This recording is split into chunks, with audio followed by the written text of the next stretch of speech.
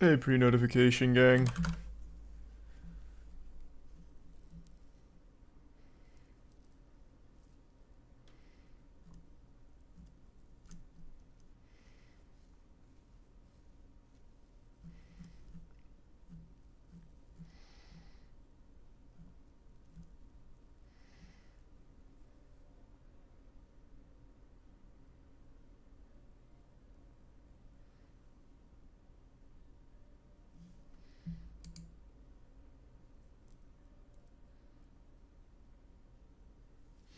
Thanks to resub, go easy.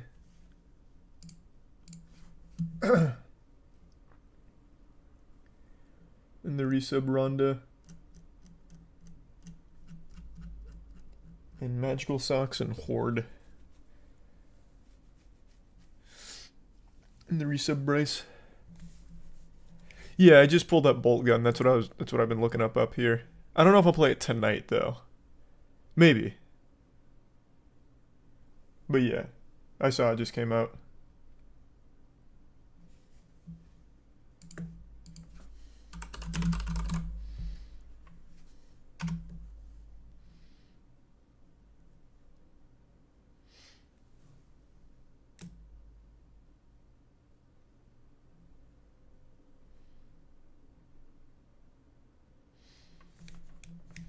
Next issue of Godslap will be early July. I double checked. So issue 4 will be early July. But the anime opening comes out in 2 days. There's the resub Doink, Peanut, Juston, Pizza, and the Bits Fried. Or the Prime Fried, Inkman, and the Bits Arrow, Mac, and Karja. No, I didn't see that, Mac. That's pretty cool, though. And no, I haven't heard of that one, Arrow. There's your Subflux Street, Magnus in Maine, and Kaze.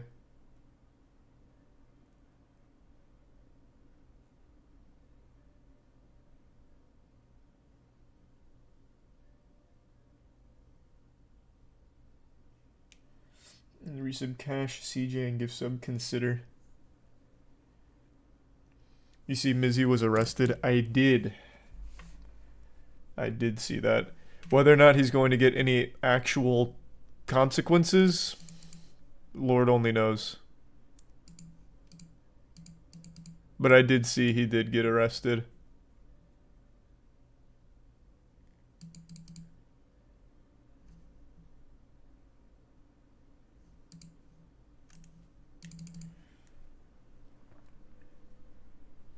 Mizzy's the prankster. The one that, like, goes into random strangers' houses, steals dogs, assaults people, shit like that. Thanks to resub Gojo and Maple and BKF.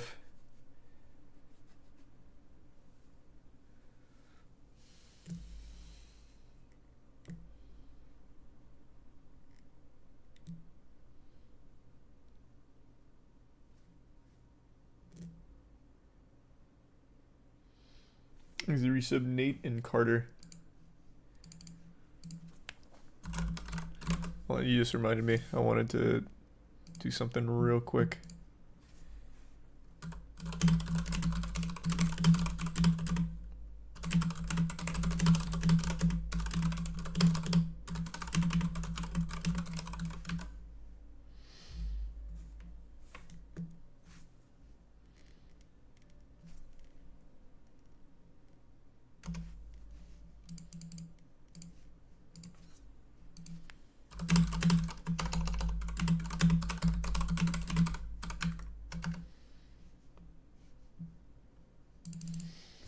Thanks to resub Nameless and Doba.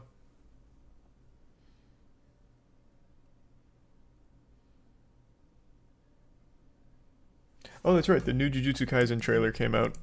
I meant to watch that.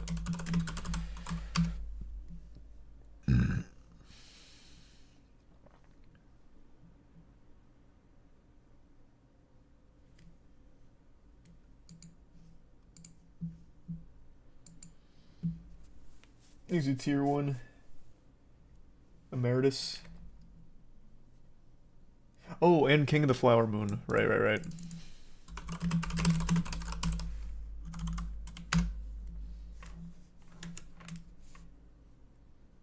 That is wild, Jay. It does not seem worth the money. What did you think of the newest Vinland Saga episode?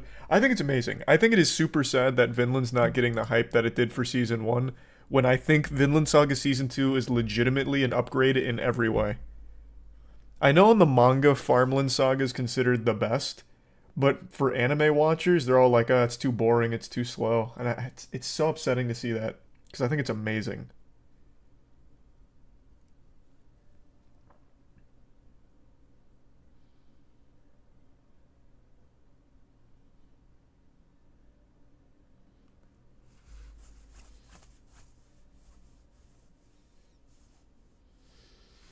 Any plans to get your comics into comic book stores? The comic industry is slowly dying, and I would like to read your comics, but I don't see them in stores. That's super sweet. We are in stores. Just not every comic store. But on the website, there's a list of all the stores we are in. Easy Tier 1. Chum and the Resub Trav. Central, Frog, and Red Rock, and Justin. I wouldn't say that the comic industry is dying either, by the way. Unless you're talking about like mainline Marvel and shit, then maybe. Marvel's been Marvel comics haven't been slapping like they used to. They've been going through a bit of a rough patch, but like independent comics are kind of going crazy.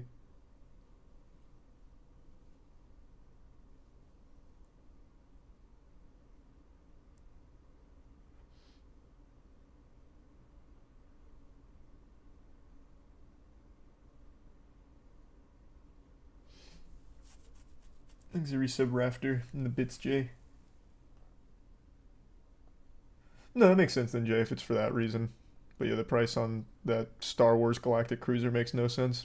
Thanks to the resub Queen and Zed.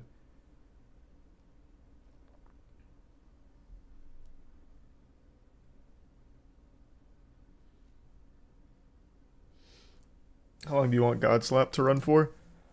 Oh, we envision that as like a literally decades long story. Like we have an entire universe fleshed out there that would take me like a 10-hour stream to even get the basics through. Like we have planned that out for a long, long, long time. That one's a massive, massive story we want to tell in a huge universe.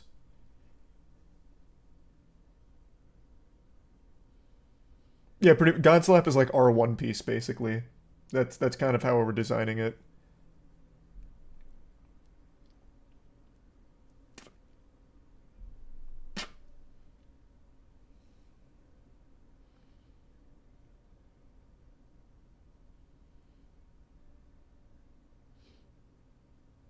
Thanks for the 10 gift sub, Shadow. Appreciate that. And the resub Blue and Shaq.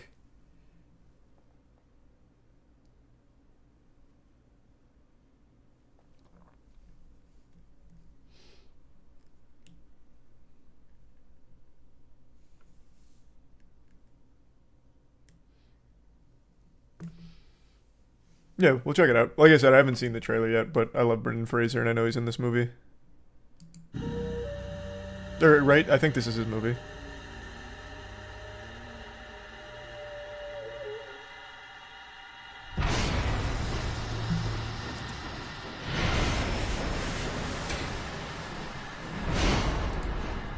The Osage took their name from Missouri and Osage rivers. Hold on, actually, give me 1 second.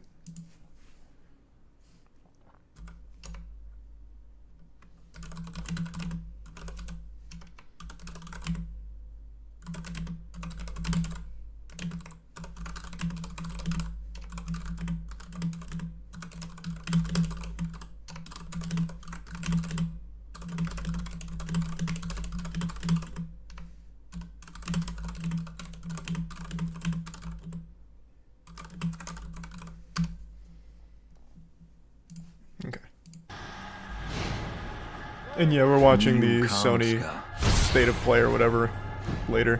Children of the Middle Waters.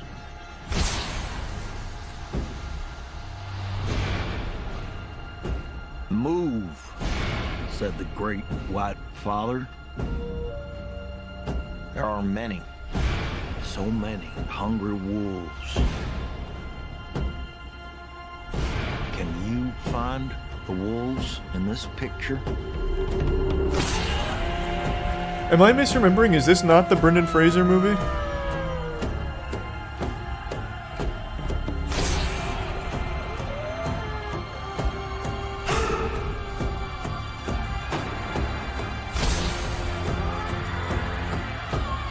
Oh, there he is. No, it is this movie. Okay.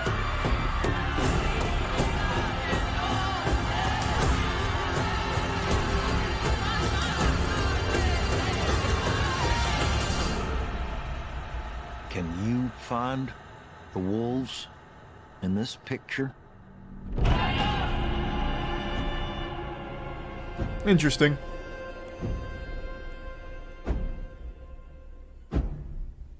Man, that's so disrespectful. They don't even put Brendan Fraser in this for their big build. Maybe he doesn't have a huge role.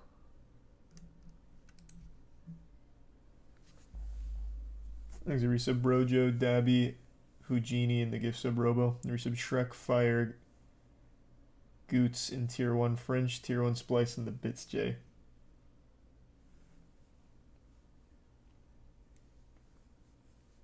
That's sweet, Jay. And I think we're still working on it. We're still trying to actively get out to more, but I appreciate that.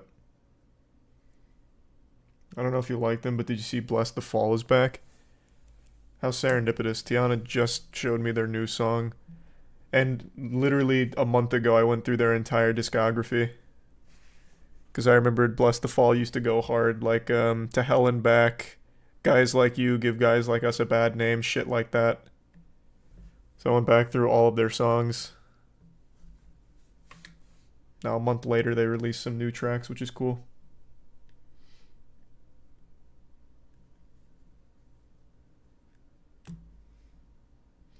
When is the PlayStation Showcase? Tomorrow at 4.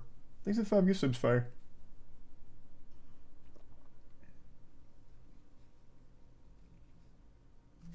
Thanks to resub Lunar.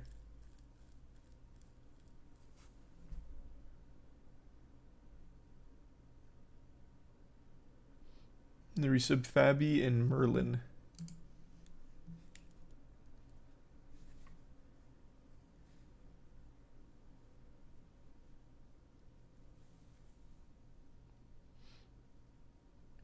Hidden Citizens? What? That name's super familiar. What did they make?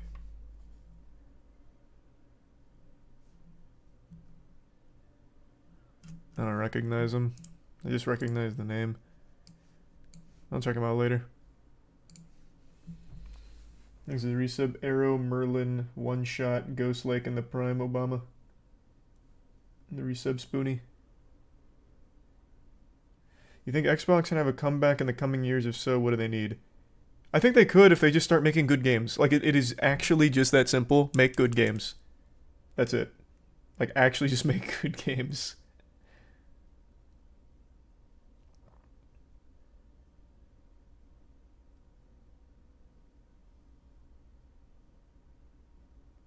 I will, this ties into the video I posted on the second channel today, but I actually feel like consoles are in a really good position in the gaming market because as more and more games are getting released, the minimum requirements to play them on PC are getting higher and higher, making it even more expensive. So people are obviously going to flock to the consoles instead because they're cheaper. The fucking Lord of the Rings Gollum game, this repugnant looking game, has the gall to have an extremely high requirement. This thing. So you'd still need like a $1,200, $2,000 computer just to run this on minimum specs.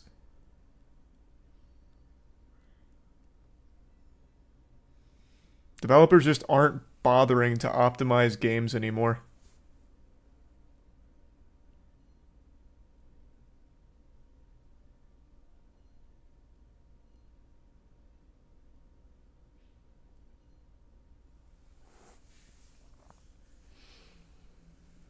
Is the resub Zilla, Birdo, and Lime.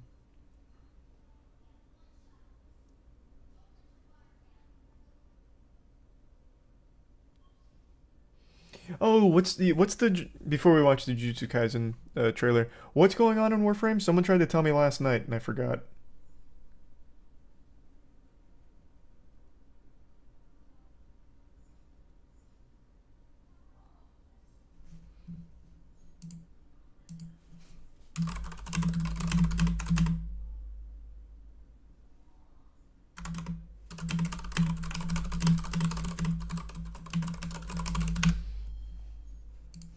I don't see anything about it.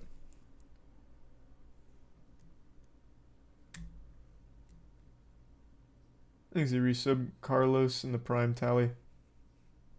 And the resub Sharky. Oh, I meant to say War Thunder. Sorry, I got Warframe on the mind because I'm getting back into the grind. War Thunder. What's going on in War Thunder? Sorry, I meant War Thunder.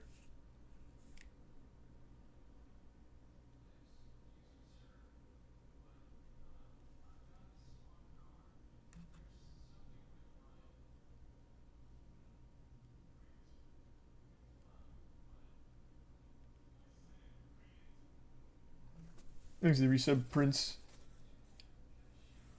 Yeah, Denuvo does suck. Agreed, Jack. And thanks for the resub, Wallapue. They bumped the in-game prices of vehicles and upgrades, so people have been review bombing. Oh, so it was a monetization thing? I thought this was going to be another, like, top secret government document leak. Because that's happened 3 times. War Thunder devs remove Steam mention from website due to review bombing. Eek. That's no good. Those must have been like some egregious monetization increases.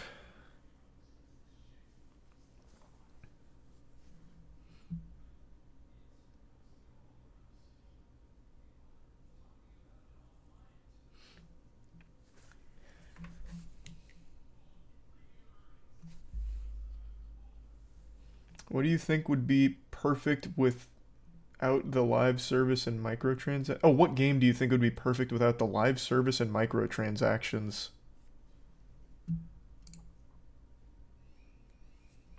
I can't think of one. I actually can't think of a single one.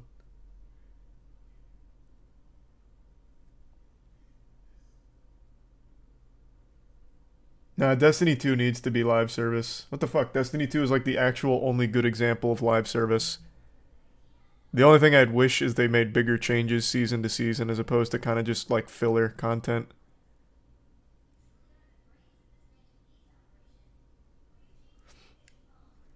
Thanks to resub Holy God. And Decaf.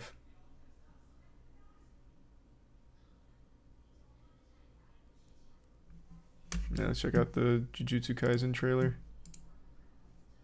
あの日から自分に言い聞かせている。私が見たものは何も珍しくない。周知の醜悪。Do they have English subtitles anywhere?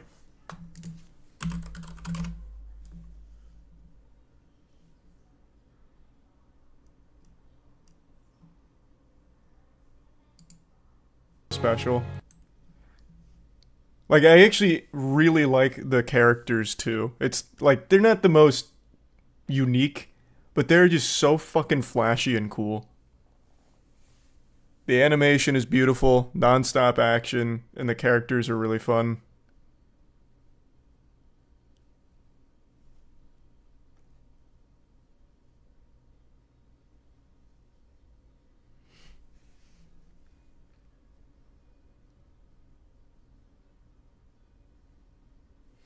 There's the resub Nox, Bones, and Geo in green, and Clarity, the prime random name.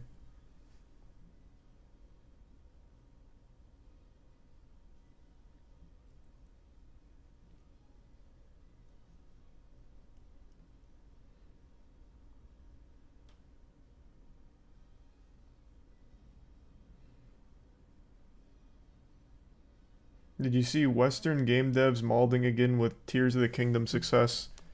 No, was it the Horizon devs again? They seem to really not like when other games do well. At least they didn't for Elden Ring. Who was malding?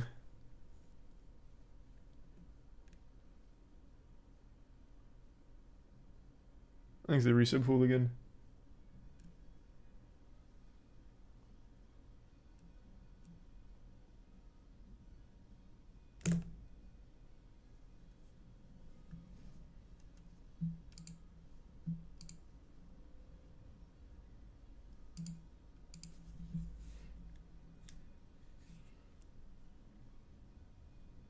Just the God of War guy. You talking about his tweet where he's like, game looks awful. And that's it? Wouldn't necessarily call that molding. That guy just, I don't know, he just turns his brain off in tweets. I don't know what to tell you. Thanks for resub, Jose.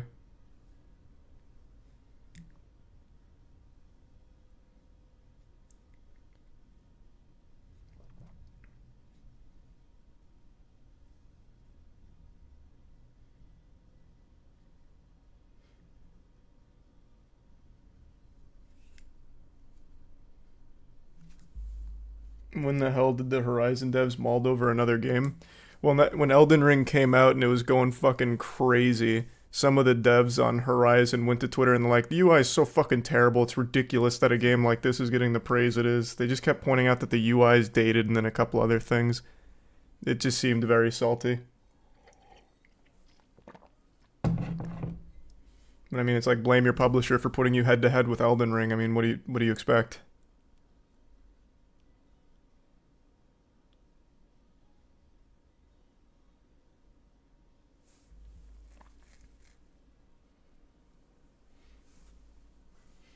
Nah, I probably won't play the Convergence mod. I'll probably just wait for the DLC to come out.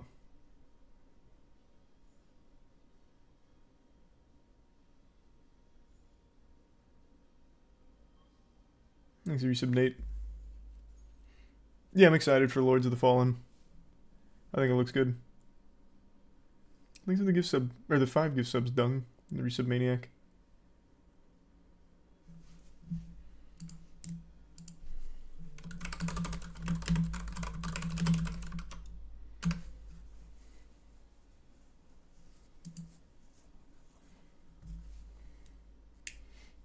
Thanks for the bit splice, that was wholesome.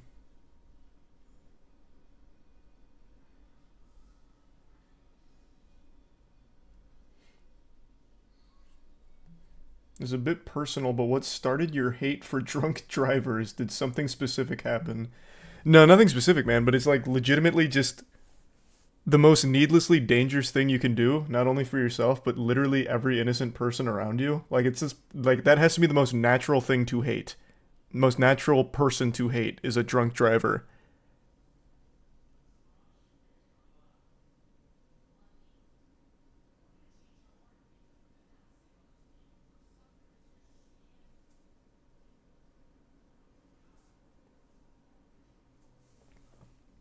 But no, there wasn't like some specific instance or anything.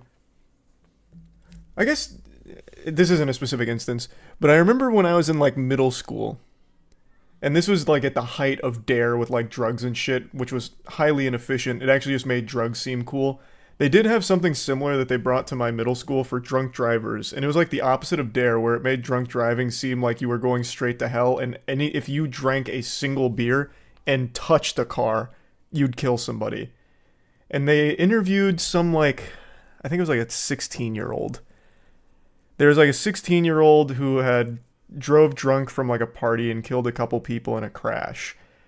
And this kid, like, he was destroyed. Like, he was fucking ruined. And it was so painful to watch, and that did stick with me. Like, listening to that kid tell his story, that was actually pretty powerful. But it's not like that's where the hatred for drunk drivers started. Like, that's just the most natural thing to dislike.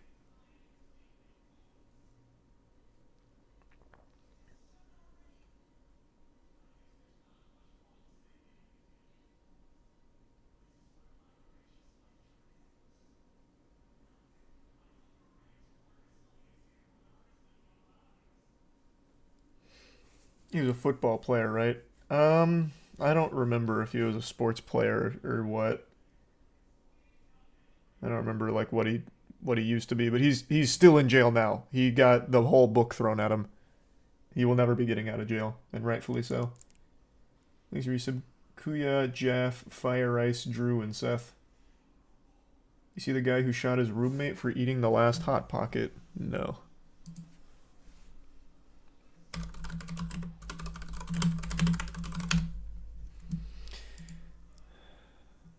Clifton... Why is he smiling? Clifton E. Williams shot his roommate for eating the last Hot Pocket. And then he's smiling here. He's like, yeah, and I'll do it again, too.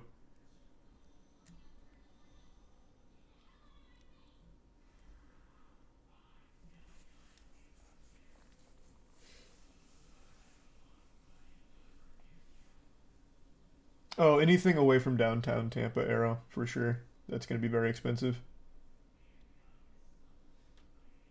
I think they're still investigating Elkin from what I read last time, but I hope that you're wrong.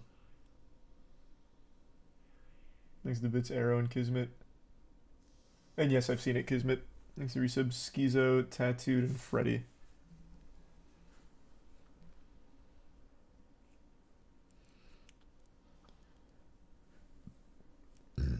Clifton E. Williams was arrested Sunday on one count of assault for the shooting that wounded his roommate during an alleged argument over the microwavable food item. Oh, so his roommate survived. Well, that's good. He became upset when he learned his roommate had apparently eaten the last Hot Pocket and allegedly started throwing tiles at him. What? The roommate reportedly tried to leave, but that's when Williams allegedly went back inside the shared home, grabbed the gun, and shot the victim in the rear end. Bro shot his cheeks? That's fucking wild. You eat the last Hot Pocket, I take your ass. The roommate told investigators he sought help a few blocks away. According to WPSD, police said the unidentified victim was taken to the University of Louisville Hospital where he was treated for non-life-threatening injuries. Wow. Well, at least he didn't kill him. Probably ruined Hot Pockets for his roommate. He'll never touch one of those again.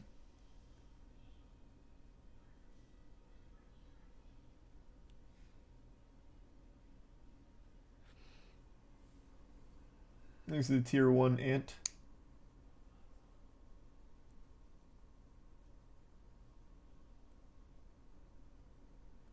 That is definitely a not so fun fact, Jay. Christ. That's awful.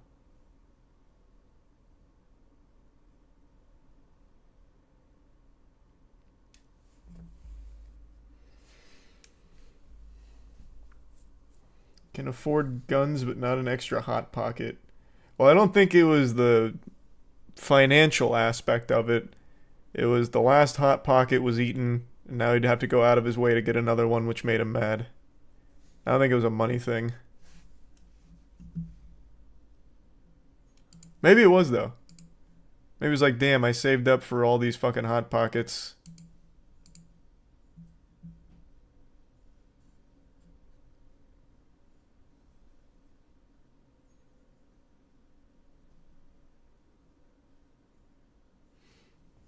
Thanks the resub pill.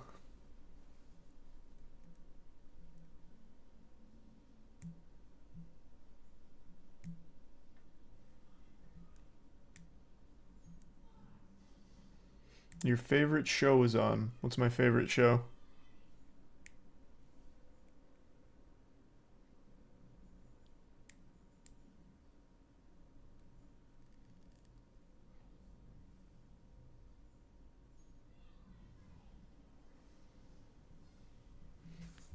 Thanks the resub banana. That's wild, Jack. What the fuck? That's just wild.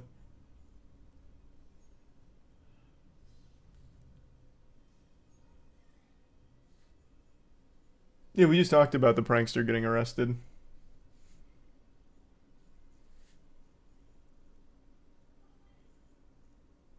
We talked about the Activision cease and desist. We briefly talked about it last night. I mean, I guess I can pull it up again.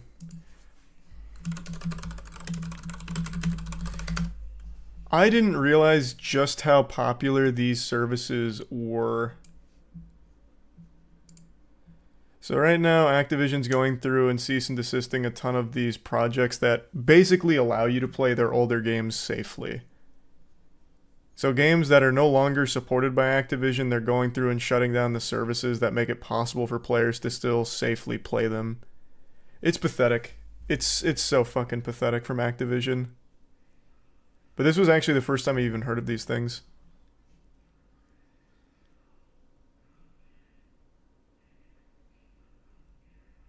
That sucks for the community. It's terrible. Weren't they actually distributing ROMs and stuff?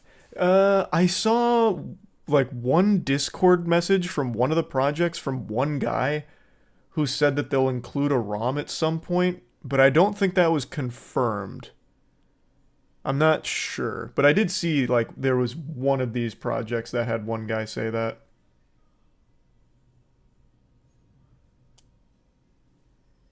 Thanks to resub Savoy, Noir, Raptor, Mago, and Sanctum. Haven't played the Starship Troopers game yet. This is 100% Microsoft enforced. You think so? I don't know about that.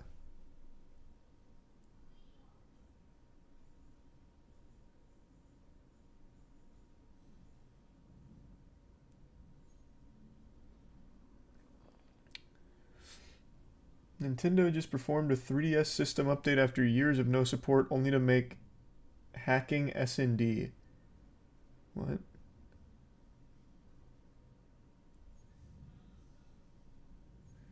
Thanks to the resub, Beauty.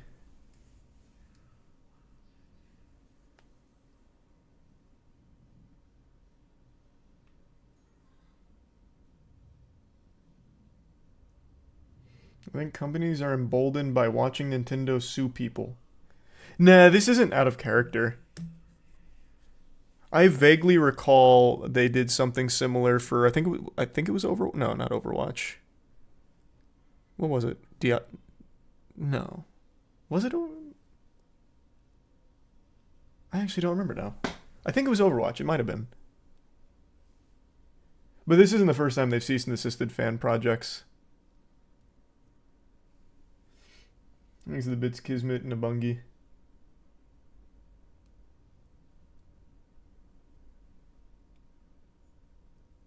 It was WoW private servers? Was it? Maybe it was.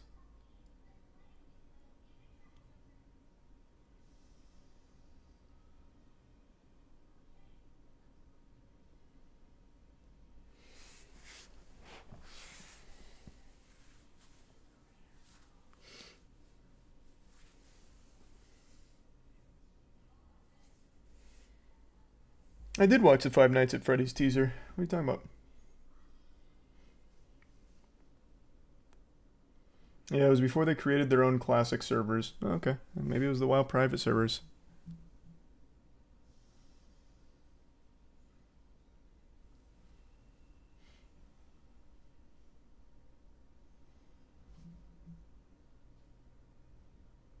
Thanks to the resub, Annie and Bird.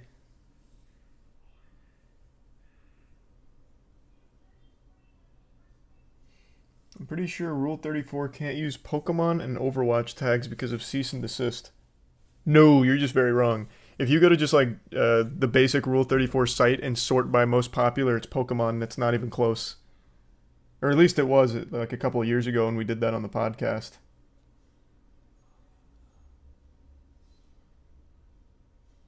I don't think they've changed it. Thanks to the resub, Bebo. And no, I didn't know about a hurricane forming.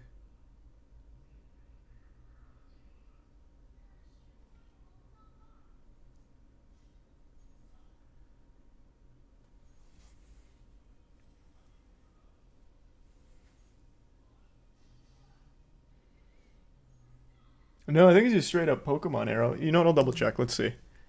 I'll go to Rule 34 right now.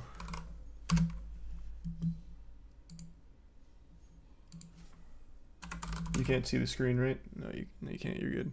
Yeah, if you just do Pokemon, there's 484,668 different porn images. Yeah, there's no cease and desist on like Rule 34 Pokemon shit. It's not like illegal. That'd be a very hard thing to enforce.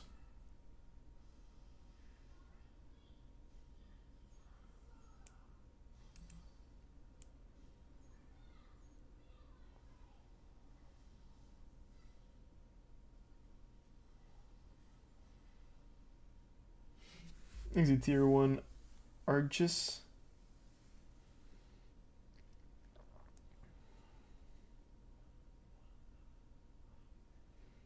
Five Nights at Freddy's was filmed in my town down the street from where I work. You should ask for a role. Just march up to set one day and say, "Hey Buster, let me on board this ship." They might like the assertiveness.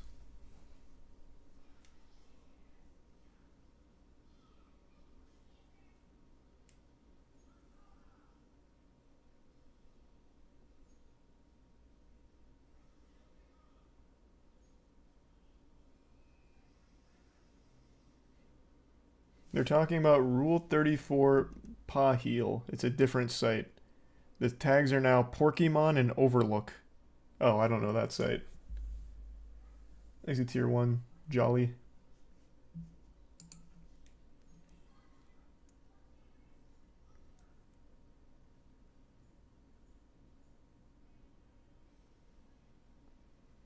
Exit tier 1, Dude Chill.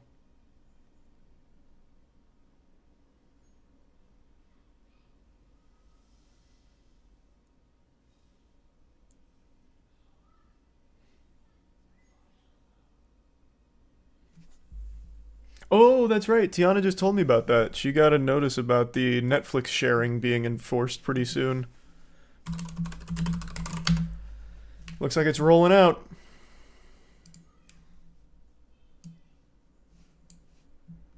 Oh my god, I keep falling for that. Jesus Christ. I hate it. You force me to turn off ad blocker, I'm not coming back. Unless I accidentally click on it like I do every single fucking time there.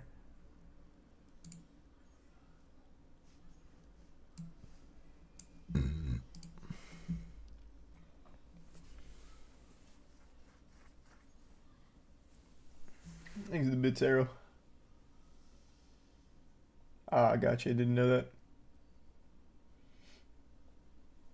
Oh, so they updated the 3DS so that way you can't hack or mod in it anymore. Interesting.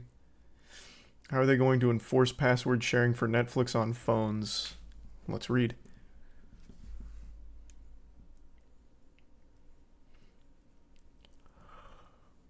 Netflix on Tuesday said it was sending out emails about account sharing to customers in 103 countries and territories, including United States, Britain, France, Germany, Australia, Singapore, Mexico, and Brazil.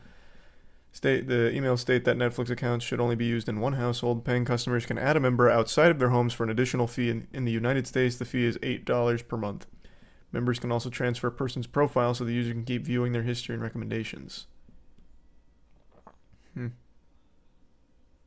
it doesn't specify anything about the phone. If I remember correctly, though, in the initial announcement on how it would crack down, you'd have to, like, I think you have like a 2-week grace period where you can have your main account be outside of the main hub, but then you have to check in. Otherwise, you get locked out.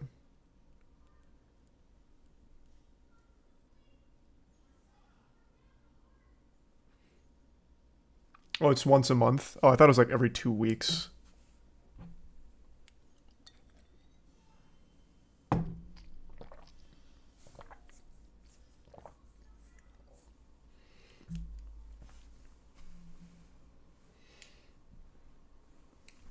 Yeah, I imagine this will be a huge hit to their stock. I can't imagine this will be received well. Even just the idea of it when they were floating it around a couple months ago was received very poorly. I can only imagine now that all the normies getting the email are about to have a fucking rude awakening on the Netflix changes.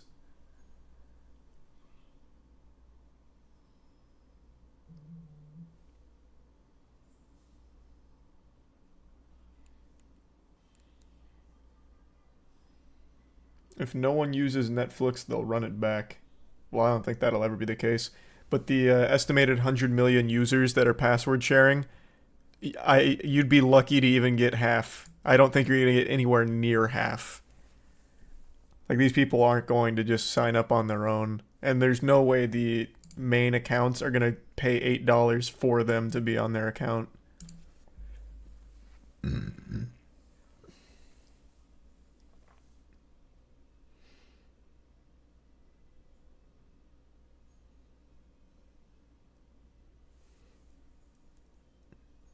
Is Netflix still a thing? Yeah. It's kind of just like a K-drama hub now. Like, Tiana just watches like exclusively K-dramas on it. They don't have anything good that goes to it. Their originals are fucking non-existent only when Stranger Things rolls around once a year. Everything else is fucking trash.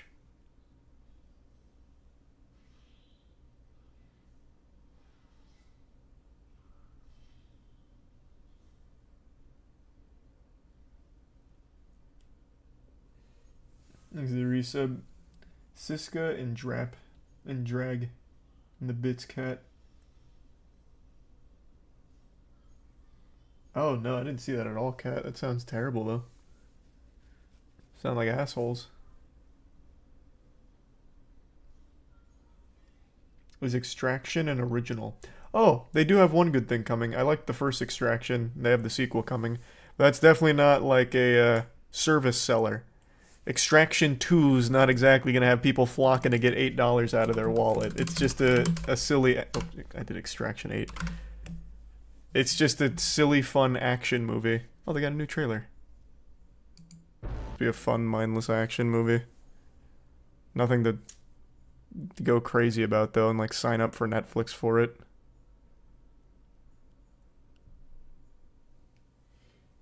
There's a resub Retro, Sigma, Davy, Hog, Humza, and the Bits of Bungie. Oh, they do have the One Piece live action coming out at some point. There's their Prime blocks.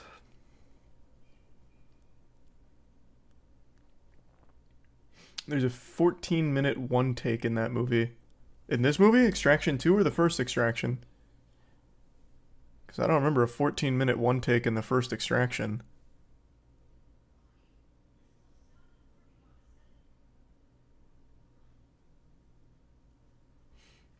Why would Chris Hemsworth react to a teaser for a movie he himself is in? I don't know. But I'll tell you what's even more baffling than that is the name of this channel, Still Watching Netflix. That makes me feel like the service is absolutely on its way out. You have to like reassure people that there's still those of us out there still watching Netflix.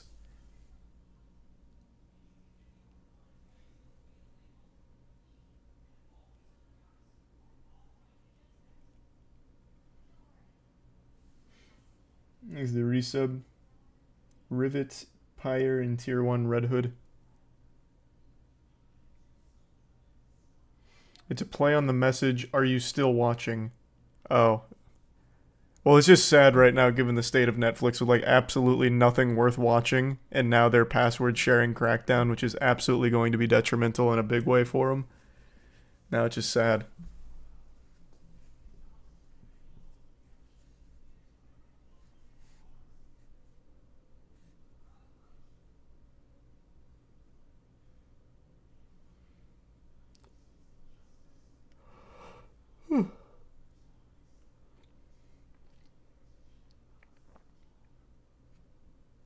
You think people will just find ways to watch for free now?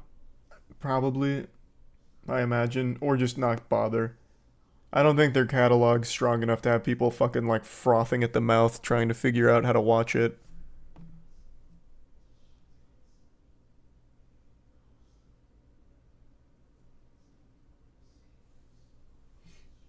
There's the Bits Girth and Evergreen.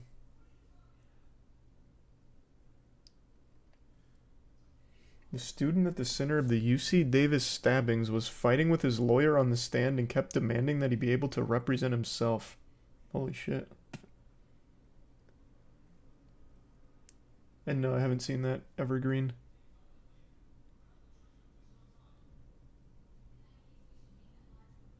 And the resub Toto.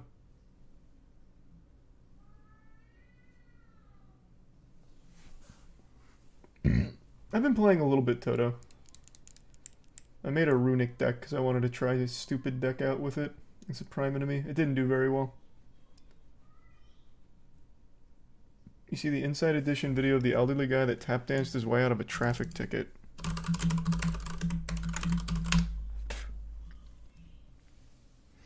Elderly man gives cop dancing lesson during traffic stop. That's awesome. This man danced himself right He's out of dancing a for his traffic freedom ticket. right now. Body cam from a police officer in Pickens, South Carolina, shows how the roadside performance went down. The officer says she stopped the man for failure to maintain lane, and she noticed his shoes made a music of their own. I hear. I hear. it. Aww. No. Well, this southern gentleman was about to give her a lesson right He seems there on the nice. side of the road. Alright, now I'm gonna show you how it's done. Right here. Okay. Alright, now you take one backward and two frontward. 2 frontwards. But this officer was much more interested in seeing This is what cool. clogging is all about, and the man happily obliged. Can you do? My dad used to clog. I need to. I'm gonna text him right now. I need to The get man him was let clogging. off with a I want to warning, see how and that this goes. officer had a fun night at work. All right. Well, you're. That's cute. That's just like actually so fucking wholesome.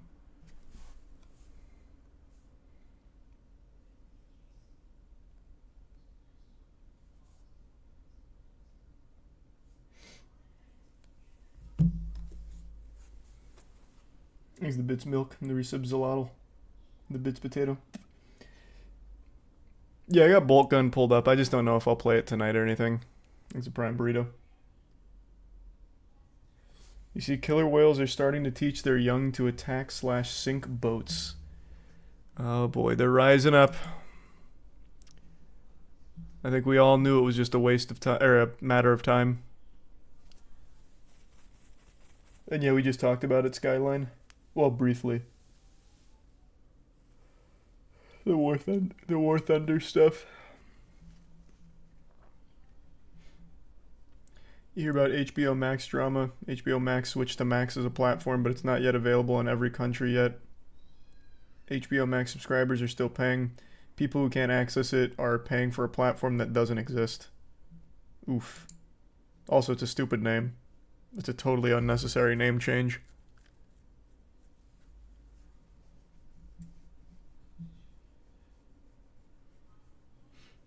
I did not see Kitchen Nightmares is coming back. That's cool though. Thanks, resub Ted.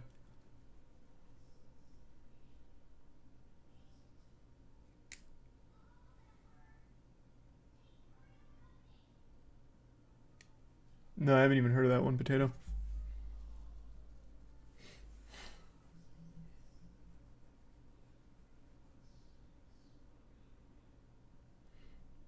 It's because people were confusing the channel for the streaming service. Is that really such a bad thing? Wait, actually I'm confused. What do you mean the channel for the streaming service?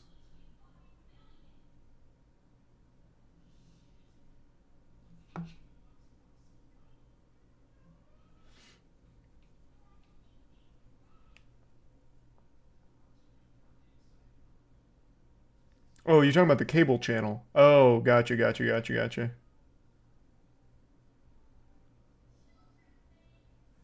I see. Thanks to resub Ozarok.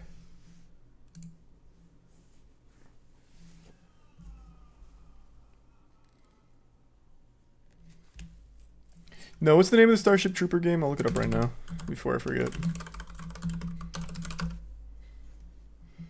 The movie game that's actually good, Starship Troopers Extraction. Let me just see a trailer.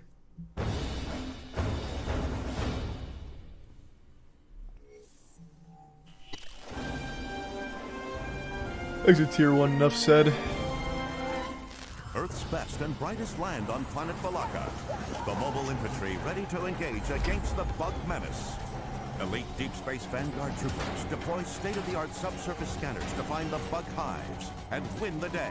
Get on the line! The base is under attack! So is it just wave defense? Gas up there now! Multiple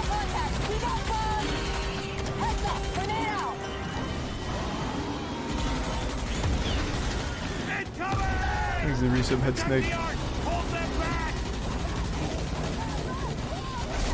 It's great. It's difficult. Western Earth Defense Force.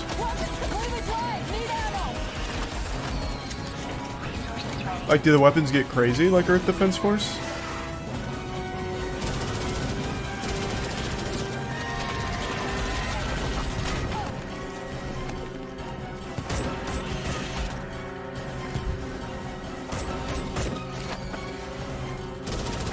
Basically kill aliens. Yeah, I was able to put that together. I was able to figure that out.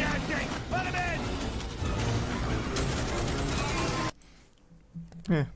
I don't know, I'm not a huge wave shooter guy, but maybe it's worth a try.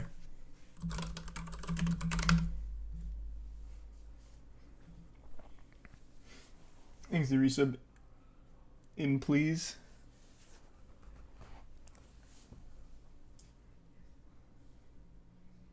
Yep.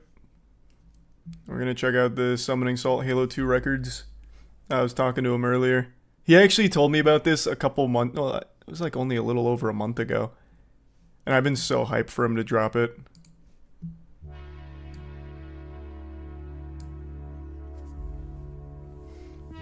I still think Halo 2's got such a fucking good speedrun route. The tech in this game is amazing.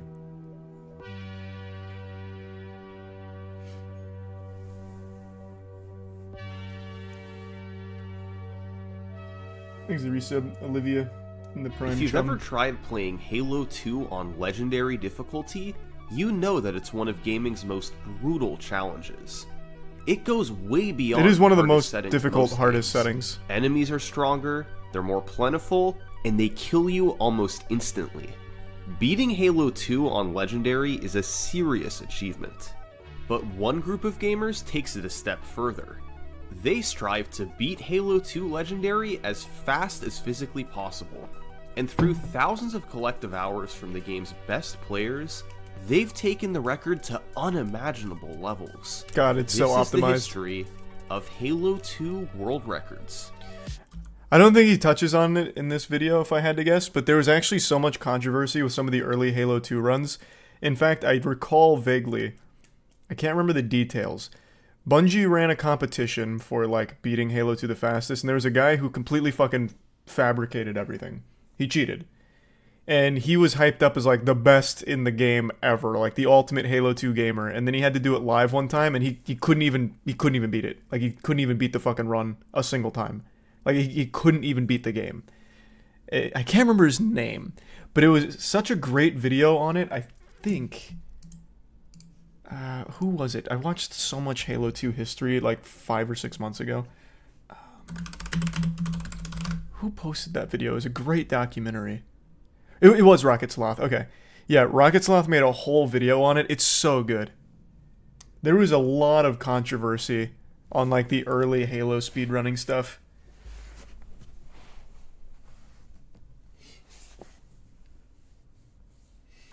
Cody Miller. Yep. I don't remember where to go. Yeah. Billy Mitchell. Nah, Billy Mitchell hasn't touched anything outside of a fucking arcade cabinet.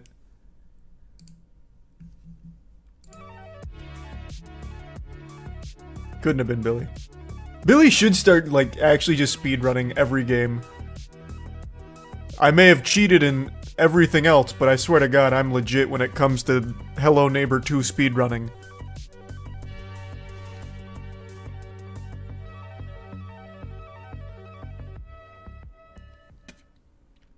And now a word from this video's sponsor, Xbox Game Pass. Speedrun RuneScape. Valheim is now available to play on Xbox with Game Pass. And to celebrate, they're hosting a new speedrun competition. And you can participate right now. Here are the rules. Oh wait, chat told me about this. Troll as fast as possible. Timing starts when the character takes their first step and ends on the frame the troll dies. It feels like it won't be that hard. It must be on a new game with a new Viking, using the World Seed Game Pass, and it must be a solo run. All exploits and glitches are banned. The fastest 3 submissions will receive special rewards blessed by Odin himself. 1 of 3 custom controllers. To participate, Upload a video of your run to YouTube, Twitter, Instagram, or TikTok. Charlie, do the it. title I'm not must good at include Valheim. hashtag Game Pass Valheim speedrun, and the video must be from your Xbox. The deadline is 5:59 p.m. Pacific time on May 27th. See if you can enshrine yourself in speedrunning history. This is a great Best of luck. sponsor. Game Whoever Pass whoever was in charge of this sponsorship really fucking nailed the placement here. This fits right at home on a Summoning Salt video, and that is like an actual great challenge. I think that's cool. has hundreds of high-quality games like Valheim available on release day. Thanks to the bits deal. Discover your next favorite game with Xbox Game Pass. And the resub Lauren. And not like a full lore video. Halo Teal. 2 has had a thriving speedrun scene ever since its release in 2004. Players competed on both individual levels and the full game on each of the 4 difficulty modes. He's a tier 1. While all these records were Nerdy lowered curvy. over time, the Hope most you've been well. prestigious one was the full game Legendary speedrun, thanks to its incredible difficulty. Halo 2 Legendary was featured at GDQ events, and videos were shared all over the internet. It was a very popular speedrun. But the actual record timeline is another story. From 2004 through 2014, Halo 2's legendary world record was near continuously held by one player, Mr. Monopoly. Yeah! Monopoly became synonymous Mono. with Halo speedruns, holding records and playing the game at live events. But the timeline of the world record itself isn't all that interesting. Monopoly got the Halo 2 record in 2006 and remained dominant for the next 8 years. Great run. However, in June 2014, the Halo community got a big surprise. 343 Industries announced Halo the Master Chief Collection. And the bigger surprise was the fact that it didn't work. Well, I guess actually all the campaigns worked fine. They were just the multiplayer didn't function for like 5 years. A compilation of all the mainline Halo games.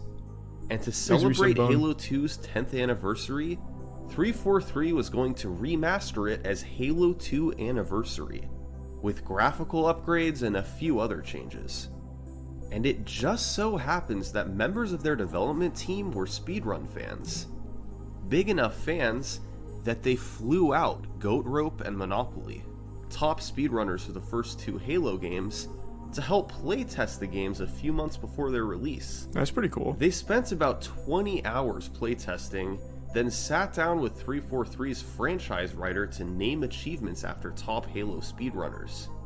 And fittingly, That's actually the super achievement cool. for beating Halo 2 Legendary quickly enough, monopolized.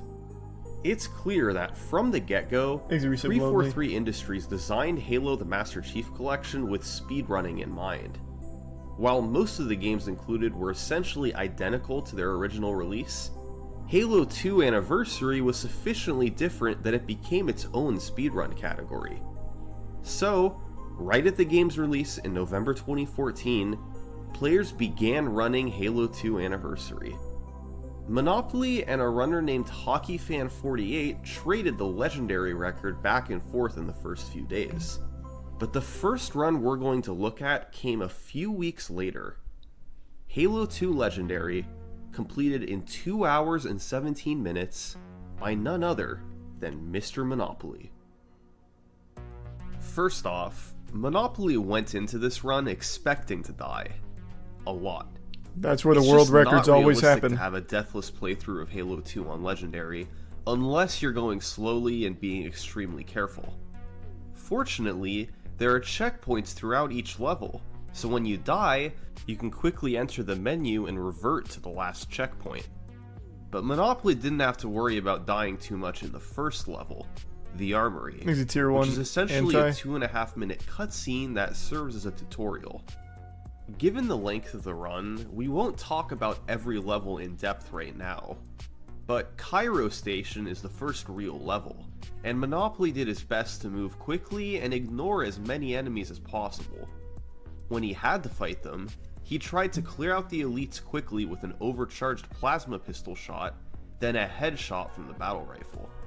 He also There is a sprayed huge to difference in try the and route, by avoid the way, being between shot. Classic and Anniversary. This was like in the Bounty, when we did the Bounty for the skulls and all of that.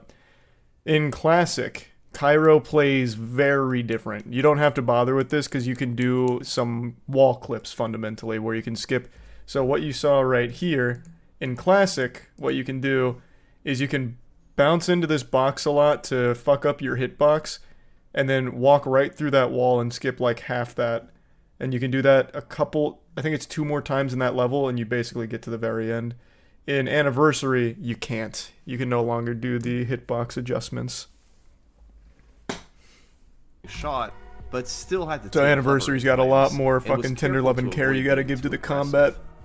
Next up was Outskirts, which has a famous intended trick from the developers. By doing a series of grenade jumps, where you throw a grenade and time a jump to get a boost upwards, you can get on top of the buildings and make it out of bounds. This lets you skip fighting a long wave of enemies on the ground. The second half of the stage involves a lot of driving, and Monopoly switched to the Warthog since the Marines soak up a lot of the damage and let you live longer. Galaxy. Eventually, Monopoly arrived at the Oracle. This is one of the longest levels in the run, with wave after wave of enemies to fight through. But he had tricks to help. On the elevator, you're normally supposed to slowly ride it all the way down.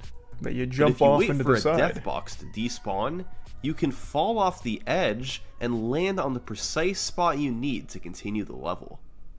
The rest of the level was a lot of clearing out enemies, and 5 deaths to go along with it. Delta Halo is one of the most broken levels in the game. This level's so he fucking good. He started by jumping on the hillside to get on top, then hitting a trigger that allowed him to progress and continue on top of the hill. He then got in a ghost and was supposed to activate a bridge to get across this gap. But instead, he did this. It turns out, a grenade is strong enough to boost vehicles as well, and Monopoly was able to save half a minute. The next level is called Regret, and it features one of the biggest tricks in the run, Early Gondola. The intended route at the start is to work your way around the structures and platforms, then land on the middle platform, which acts as a trigger to send the gondola away.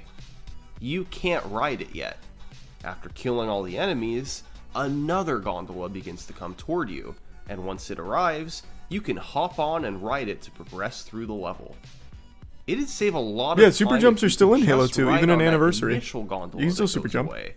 But as soon as you get near it, there was super jumps in the Halo 2 Anniversary route at one point. I don't know if they ended up making the entire lifespan of the run though. But there were 2 like big super jumps you'd use. It's gone. That's where Early Gondola comes into play. Monopoly used a careful jumping route to go straight to the gondola, including a slide jump, where you use the extra momentum from a slide to extend your jump across a gap. He then left the gondola to hit the edge of the trigger on the middle platform, then quickly got back on the gondola. Watching this makes me think of what could have been with Halo Infinite. It's best not to think about it. He had to avoid dying on the way from the enemies that spawned, but once he was in the clear, he had saved 2.5 minutes by not having to wait for the second gondola. Now, he did die 6 times throughout the level, but using Early Gondola at the start was able to make up for most of that. 6 deaths. A few levels later came Gravemind, the longest and most notorious level in the run. To get an idea of what I mean, this is how the level begins on Legendary. Wow. And to clarify, such a good level. Monopoly knew this was coming. Even so, he struggled to take cover in time. And it's a good representation of the rest of the level. There are enemies everywhere, and Monopoly had to strike a balance between keeping moving and trying to stay alive. Gravemind ended up taking him over 26 minutes, and he died 34 times. Oh! He did have some tricks to help out, like jumping into a sloped rock so he could go out of bounds and walk above long hallways. This helped him avoid fighting certain enemies. Makes him far away. Monopoly also used a trick called Corridor Deload. During reinforcement battles, He stood in precise spots between waves to fool the game into thinking he was out of bounds, so the enemies didn't detect him and never spawned in. But even with tricks like this to help, he was overmatched. He died all throughout Gravemind, but eventually he did make it through. After a couple shorter levels in Uprising and High Charity, Monopoly arrived at the Great Journey, Halo 2's final level. He was able to despawn the Wraiths by simply driving away from them and hitting a checkpoint, and then went inside with this one's Ghost. pretty free. He died several times while trying to navigate through, then got in the Banshee to wait and enter the final section of the level. Once inside, he took out the enemies, took out the final boss, and the run was complete. I'm actually a little surprised Summoning Salt didn't touch on this glitch. I guess this is going into with the assumption that you know the glitches, because there was, like, you're not usually supposed to have the Banshee there. So what you have to do is when you get the Banshee, you, like, drive it into the side of the building, you just fucking wait for the Scarab to come through and trigger the cutscene, and then when the cutscene triggers and you start the final fight, the Banshee clips into the side there, and you can just pick it up and ride it. It's cool. All the glitches in Halo 2 are so fucking cool. Monopoly died 66 times throughout the game's 14 levels, with more than half of those coming in Gravemind alone. That's Halo 2 on Legendary for you. But to be fair, Monopoly was at a disadvantage. He was the Halo 2 Classic record holder, and this was Halo 2 Anniversary. That meant adjusting to slightly different physics, tricks, and enemy behavior. Monopoly is one of the best to ever play Halo 2, but 66 deaths obviously wasn't the end goal. Yeah, there's a lot of However, room for improvement. He left the Halo 2 Anniversary record up for grabs, as after this Thanks to run, Prime Auto. he went back to playing Halo 2 Classic. In fact, that's what most of the community did. Despite Halo 2 Classic having a history dominated by Monopoly, it remained the more popular speedrun. And there's a specific reason why. See, when 343 remastered Halo 2, they based it off of a patched version of the game. As a result, many glitches from the original game weren't present. It may have seemed like a good move at the time, but for speedrunners, these glitches were used all over the place. So, since Halo 2 Anniversary couldn't be optimized like Classic could, many runners simply ignored it. That being said, it wasn't completely abandoned. A community of runners still played Halo 2 Anniversary, trying to better optimize the run with fewer deaths and faster movements. Numerous world records were set, and the time came down quickly. But sadly, from 2015 through 2017, nearly no legendary world record videos survive. Nearly no work was done on the game at the time either, in general. Especially ones that were world records. Twitch automatically saved them as past broadcasts for a while, but those eventually were deleted, and no records were ever highlighted or uploaded to YouTube. Although we can't watch these runs today, we do thankfully know what the timeline was. Here's what survives of the early Halo 2 Anniversary. We had to go to the ancient texts for it. In early 2015, speedrunner Kryphon set a series of world records, ultimately taking the time to 2:03:58. Kryphon was a former competitive Halo player, and got into Halo 2 speedruns after seeing the speedrunning achievements that 343 added. He spent a few months playing Halo 2 Anniversary, lowered the record, then moved on to playing Halo 2 Classic. A few months later, Andy's Mountain came along. He got into running the game the same way Kryphon did, seeing the speedrun achievements and trying it out Achievements himself. were such a cool thing back in the day. Throughout June 2015, he took the record from 2:03 to 2 hours flat. Finally, a few months later, Nazar23 took the top spot. He was big into speedrunning individual levels, especially Regret, setting numerous records there for Halo 2 Anniversary. He didn't have much interest in running the full game, but eventually he was persuaded to try it. And Nazar23 wound up getting the first sub 2 hour run in the game's history. later lowering the Goddamn time to Spartan. 1:56. Late in 2016, a pretty big change was made. The community voted to subtract loads from the final time, since they could vary slightly from runner to runner. That took about 6 minutes off of all runs, meaning the world record was now retimed as a 150. And about a year after this change, one final record was set, a 149 from speedrunner Jervalen. Hey, For a Jerv! few months and saw his chance Huge. to take the top spot. So, this is Halo 2 Anniversary's early timeline. That's the An guy that irregular did the progression, $20,000 with bounty I bursts of set. activity followed by months of silence. It's unfortunate that no videos survived, but at least the history is preserved. But That's finally, the fucking boy in wonder. April 2018, Jervalen came in clutch. He set a new world record and saved the video. This is the first time we can watch a Halo 2 Anniversary record in over 3 years. We last saw the record at 217. Now, it's down to 146. This is going to look pretty different. It's gonna be a different game. Well, right from the get-go, he was more aggressive. All throughout the run, Jervalen attacked enemies more directly instead of hanging back. In Cairo alone, the first real level, this saved him 45 seconds. Woo! While playing more aggressively can be faster, you do run the risk of dying more. But Jervalen improved in that department too. He saved nearly 3 minutes over the following 3 levels by reducing the amount of deaths. Another major area of improvement was new strategies. Many of these had been slowly implemented over the last 3.5 years, but this is the first time we can see them in a run. And some are pretty huge. They're all huge. In Oracle, Jervalen sent the elevator up, then got underneath it and sent it back down. Yep, and that The shoots you to the result was top. him being launched into the air, shooting through the elevator shaft to the top rather than having to ride it.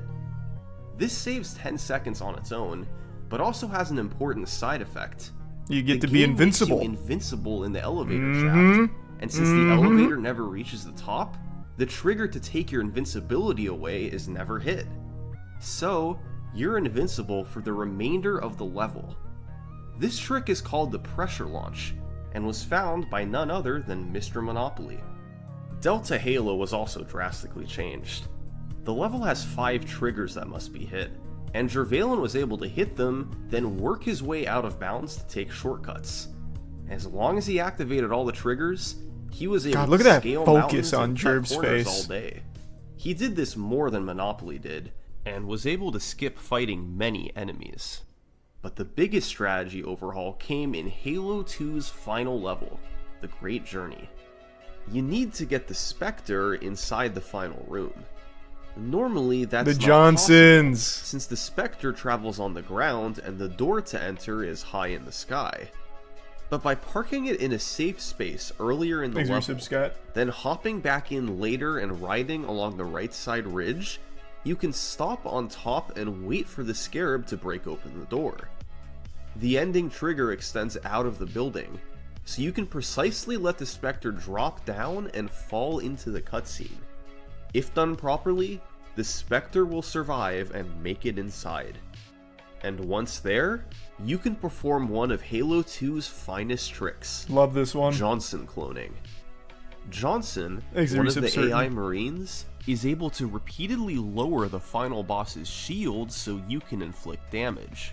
Johnson only shoots the boss so often, limiting your abilities to damage him. So, let's find a way to create more Johnsons. By forcing Johnson to get in the Spectre, the game detects he's not in the level and spawns another one. That's so By good. forcing that Johnson to get in, the process repeats. And you can create infinite Johnsons, God although damn each right. additional one costs more time. Eventually, the game spawns one final Johnson, and you take the other 3 Johnsons to the middle platform in the Spectre. All 4 Johnsons attack the boss, his shields are lowered more often, and the fight is complete in a fraction of the time. Thanks to Johnson cloning and other tricks across the run, Jervalen had a massive leg up on Monopoly. But the biggest difference wasn't new strategies. It was the amount of deaths. Monopoly died 66 times in his run. Jervalen died like 20, I How bet. many deaths did Jervalen have? 9. Oh! Jervalen's Wow. 146 didn't last on top too long. Even though much of the community was focused on Halo 2 Classic, there was still one top runner who kept his attention on the remake. His name was By Nails, and almost immediately, he began setting records in Halo 2 Anniversary. That May, he beat Jervalen's run by about 3 minutes. Ooh, There wasn't that's not much bad. in the way of new strategies, but there's a couple levels in particular where he saved big time. Quarantine Zone, the level directly before Gravemind, can be a major run killer. The final 5 minutes are essentially an auto-scroller, but the first section involves doing some extremely careful driving. You Yeah, have to shit go sucks. from room to room, dodging enemies as much as possible and hoping you don't get sniped. Deaths can be very costly depending on your last checkpoint, and although Jervalen died Thanks, once, Yusuf Elmo. Nails was able to drive faster and avoid dying, so he saved a full minute. Now, on average, Nails did die more across the run, 11 deaths versus Jervalen's 9. But his deaths were less costly, and he played faster elsewhere. In Oracle, he had small time saves while in combat that added up to roughly half a minute. And in Gravemind, despite dying 5 times, he actually gained time over Jervalen. It's an important lesson in Halo 2 speedrunning. Deaths can be Thanks, Yusuf costly, Hammer and John. yes, but if you're aggressive enough with your play, the time saved from being faster can outweigh a few extra deaths. Nails had a great run, but as mentioned earlier, the community's attention was elsewhere. Without the glitches that Halo 2 Classic had, most runners just viewed Halo 2 Anniversary as a sideshow. Despite some solid recent records from Jervalen and I will say I Nails, do think Halo 2 top Classic runners is a put cooler most game to of their run. efforts into the original game. That's the way it had been for years, and it showed no signs of stopping. But then, in August 2018, 343 Industries made an announcement that changed everything. Yes, sir. Just shy of 4 years after the game's release, 343 modified Halo 2 Anniversary's mechanics. There were a handful of minor changes, but the most relevant one for speedrunners? They added glitches from Halo 2 Classic back into the game. God damn right. It's time to introduce you to Sword Tech. But like I said, the one thing that they never got back into the game because they couldn't is the hitbox adjusting thing from Halo 2 Classic Ghosting, where you keep hitting something into your hitbox and then you can just phase through walls. It's really mainly useful in only like the first level Cairo, well, Cairo and a couple other places, but it's huge. Like, it is huge.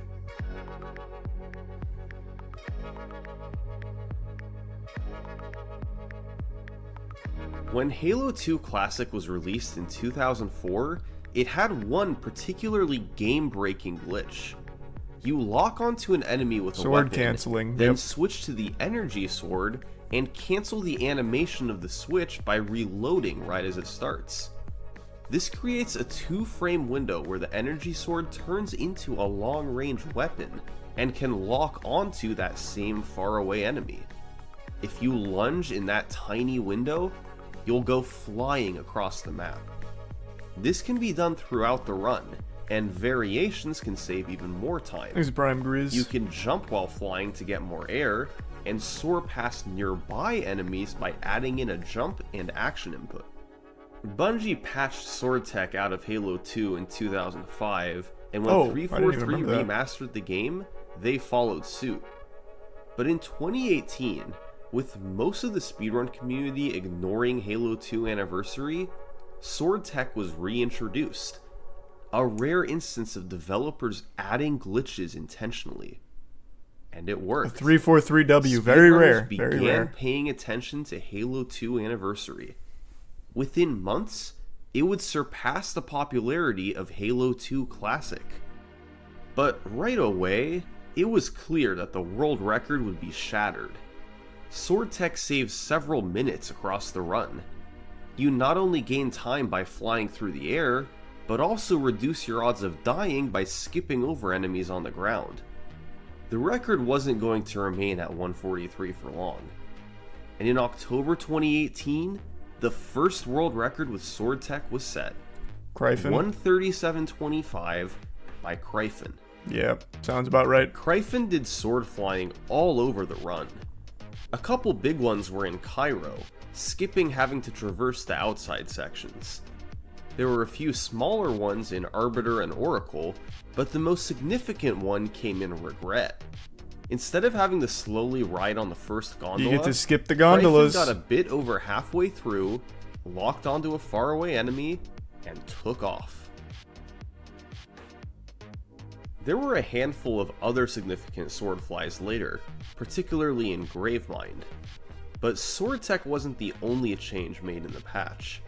343 made slight modifications to the entire physics engine, making it more in line with Halo 2 Classic. So, one other broken mechanic was inadvertently added back in: Thanks to resub Devontae. butterflying. Prime By Bruce. getting an enemy in position right above you, you can melee and then cancel to preserve your momentum and travel around through the air. This is used in two major places. In Gravemind, you're supposed to go down the elevator But you to can play the butterfly prison up with a section, brute. then go back up and resume the rest of the level. But instead, by luring an enemy over and falling with him on top of you, you can butterfly back upwards by repeatedly melee canceling to activate the elevator that takes you back up. It's so good. I love these The game fucking thinks glitches. the prison section is complete, and you save 3 to 4 minutes by not even having to go down there. Prison Skip was found by Mr. Monopoly in 2016, but couldn't be applied to Halo 2 Anniversary until now. This works! I did it! I skipped Gravemind Prison! This is Gravemind Prison Skip! The other trick is in High Charity, Halo 2's second to last level. You skip the whole ending level. portion of High Charity is actually right below where you begin. So if you lure an enemy over and begin butterflying off the edge, you can time your melee so that you have a controlled descent down to the ending. You also have to navigate to the side at times, and it can be quite tricky. But if done properly, you'll skip playing the level and save close to 3 minutes. The trigger for High Charity Skip was found by a player named Nibre, while several others made the trick a reality. God, it's such the a modern good trick. setup was found by Monopoly. With Sword Flies, Prison Skip, and High Charity Skip How do people find some all of these added glitches? in, Butterflying was actually discovered when I was a child. Like, when I was playing Halo 2 on Xbox Live, I used to go on Headlong and butterfly with my friends. You just go out of bounds with it. These glitches were found way back then, and they're glitches you could find by accident. So, like, sword canceling. Basically, you, like, who wouldn't, like, try and melee and then switch a weapon or reload or something, right? Like, it's just one of those things where you could easily find it by accident. But trying to apply it to something like speedrunning is where it gets really crazy. That's when you have to get super creative. Kryphin had the potential to save over 10 minutes, but his run was only a 6-minute improvement. He died 19 times, and most sections of the run were slower outside of the new strategies. It was an unoptimized time, understandable given that it was the first world record after the patch. With Sword Tech being possible, the community was more excited about Halo 2 Anniversary than ever before. The strategies had been found. Now, they had to optimize the record. Over the following few months, Nails took the time down to 1 hour and 32 minutes. Nails had turned into I bet an Jerv gets the first monster one, since or his sub last 130. record, and to this day, he's considered to be the greatest Halo speedrunner of all time. He's gotten top times in every Thanks for main some game toast. and has held the record in several.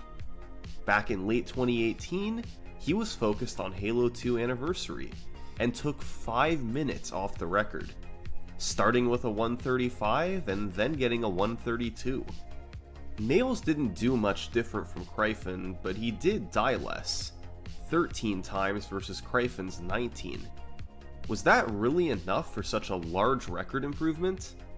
Well, 5 minutes might seem like a pretty big difference, but that's because of the nature of Halo 2 Legendary. It's an incredibly difficult speedrun to optimize. There's too many places to die, and it's inevitable that things will go wrong. Since deaths cost roughly 30 seconds on average, it's easy to see why there was so much room for time save. Just 5 days after Nails' 132, another 3 minutes came off the record. A runner named Rocats got the first sub 130 in the game's history. Rocats got into the game in 2016, but like so many others, he returned once sword flying was patched back in. He grinded for a few months in late 2018, and in January 2019, he got a 129.55 with only 8 deaths. We're catching up to modern day. Most of his time save came early, and the only death in the first half was a nearly unavoidable snipe in Metro. He bled time in Gravemind due to 6 deaths, but played Great Journey much more aggressively. He did sword tech faster and stopped to kill fewer enemies. The record was in a good spot, being under 130. But despite the progress, there was still room for improvement.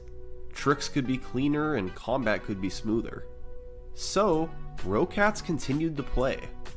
And over the following several months, this is what he did. Oh, look at him go! A man possessed.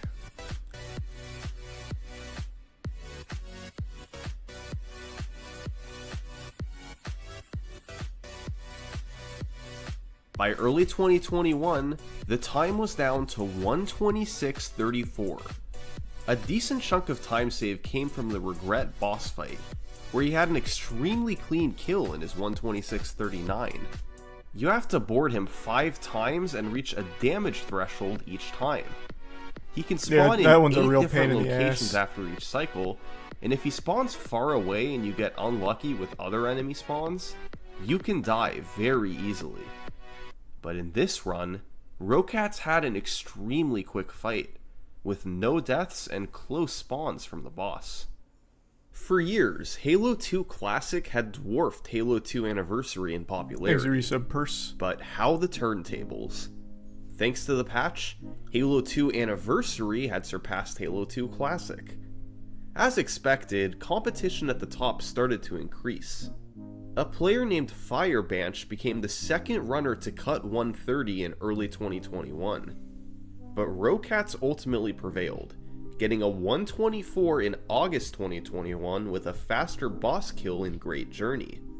By September, Rocats had held the record for close to 3 years straight and showed no signs of giving it up. That was a pretty good run at the top. But then, the Halo 2 community voted to make an interesting rule change. Rocats isn't allowed to play anymore. Halo 2 starts with a level called the Armory, which is basically a 2.5 minute cutscene. There's no enemies, and time saves are extremely minimal. It's pretty frustrating to have to begin every speedrun attempt with this level. So, in September 2021, the community set up a vote to determine if it could just be skipped, and all speedruns could start on level 2, Cairo. Many old school runners were against removing Armory, Puritans, and remain against it to this day. But in the end, the community chose to remove it, and all Halo 2 runs could now start from Cairo. This changed a lot. For one thing, all runs were now 2.5 minutes faster, so the world record was retimed as a 122. But it also changed how runs were done going forward. You could get a good run going much more easily, as you didn't have to replay Armory every time you wanted to start over. Cairo could be better optimized, and ultimately, the entire run could be too. Removing Armory was certainly a controversial decision, but it brought a new wave of popularity to the speedrun.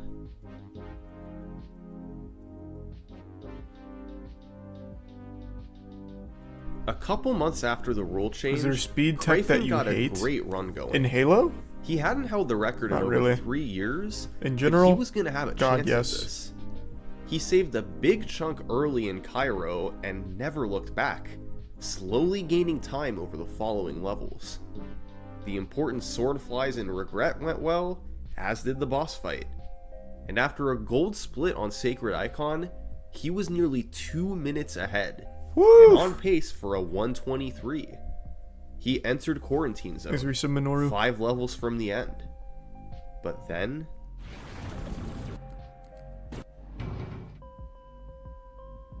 oh, disaster. A couple untimely deaths and some slow navigating meant Cryphon's lead nearly entirely vanished. His world record chance was gone, but he still got a nice personal best out of it. That's tragic. But Rocats had better look out. With Armory being removed from timing, other runners were more determined than ever to get the world record. In particular, there were 3 of them. Cryphon was in second place, and we've seen how much potential he had. He'd been dominating Halo 2 Classic for years, and with a better Quarantine Zone, he would have had the Halo 2 Anniversary record as well. In third place was a runner named Sinister. He'd been running the game for a couple years, slowly lowering himself into world record contention. And while he was still 5 minutes behind the record, he had the potential to get it with a really strong run. And finally, there was Zoo. He was originally a Halo 3 runner, but later started focusing on Halo 2 Anniversary with Cryphon as his mentor. He was the farthest from the record, with his main goal being to beat Cryphon and get second place. But Zoo had one advantage over his competitor. Gotta shoot for the stars. Thanks to a trick he went for right as the speedrun begins. Tram skip. At the start of Cairo, there's a tram that leaves behind you. It passes by a later section of the level, so if you can just go where the tram's headed, you can skip the first part of Cairo. Problem is, there's an invisible barrier that pushes you back, and it doesn't disappear until after a door closes that you also can't pass through. If you try to approach the barrier, you'll get pushed back through the open door. There's no way to make it through. Well, in 2019, Nails found a way around this, and in 2020, Monopoly improved upon it with an easier method. You start by shooting your teammates until just before they turn and aggro to you. You then push a Marine into the corner of the tram, and as he rides away, you follow him. By spamming melee, he'll become an enemy and you can cling to him as the tram passes through the door. That's pretty fucking cool. Once the barrier disappears, you're free to move forward through the rest of the level. This saves 45 seconds as you don't have to play the start of Cairo, but it comes with a catch. Your teammates will try to kill you for the remainder of the level. This isn't too problematic on easy mode, but on legendary, your teammates kill you fast. So, despite being discovered years earlier, it wasn't used in full game runs. Until Zoo came along. He had a lot of runs die early, but he had a 45-second advantage by going for it. So, in short, all 3 of these runners had a chance to get the record. Let the competition begin. Well, in May 2022, Zoo struck first, getting a 124.29. That's like with really just recent. One personal best, he had nearly accomplished his goal of beating Cryphon. The run wasn't on record pace for too long, but this was still a remarkable time. Zoo was starting to make a name for himself in Halo 2. At this point, when I had the 124, I wasn't really looking to get record at the time. My main goal at that point was just to bop Cryphon, like a student becomes a teacher type of thing. When he ended up getting the 124, I think his goal was to just bop me at the time, like you mentioned. He even said the same word, yeah. That he can get whatever time he wants, and the torch is his to take. With this run, it was now clear. Zoo was the odds-on favorite to get the record. Despite taking a break to play more Halo 3, where he set that legendary world record, Zoo quickly came back to Halo 2, and on May 28th, he was able to get on an excellent run. He pulled further and further ahead. After Quarantine Zone, he was minutes ahead of his personal best, but he still had to get through Banka and Resub Jehovah. Like, Gravemind is like the main run killer, you know, like everyone just fears Gravemind. I had like a 920 Gravemind, which is pretty good for a full game legendary run. So after I finished that, I was getting nervous. I was kind of getting shaky. This run actually had a shot to get record. When they enter the last level, it's exciting. Like, at least as a longtime runner of the game, like your heartbeat gets way up there with them because you know just how much pressure they have on themselves and just how much pressure there is to perform. But unfortunately, he couldn't lock it down this time. He got soft locked. 122.37, just 17 seconds behind. I know, you just missed it. Looked I missed record by 17 seconds at the time, but I was really excited to. I don't think you can actually get a PB that close to record. I don't think you can get soft locked without the black. I was pretty motivated by it.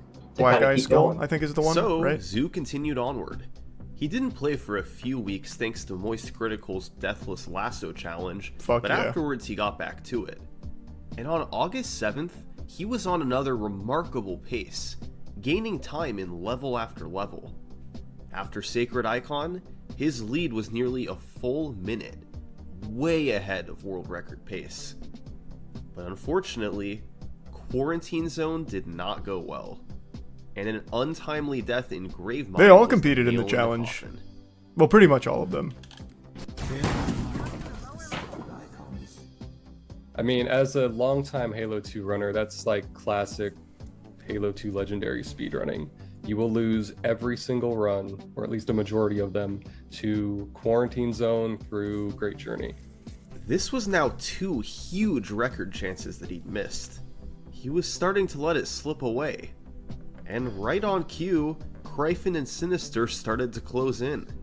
Just 3 days apart, they set new personal bests of a low 124 and a low 125. I saw, hey, I still have what it takes, I guess. Thanks, Risa, Augusto. And I might have a shot at it. I was still like kind of motivated to grind it, but yeah, I was like losing hope a little bit. A couple more weeks passed, with nothing from Zoo. But finally, he was able to get on another good run. He started with Tramskip, then kept it close over the following levels. Oracle and Regret were both solid, and he ended up with a gold split on Sacred Icon. Things were looking pretty good. Twig in MRP. He was getting into Gravemind at a pretty good time, actually. You know, you look at his run, he says, here it comes as soon as the Gravemind load happens. Alright, here it comes.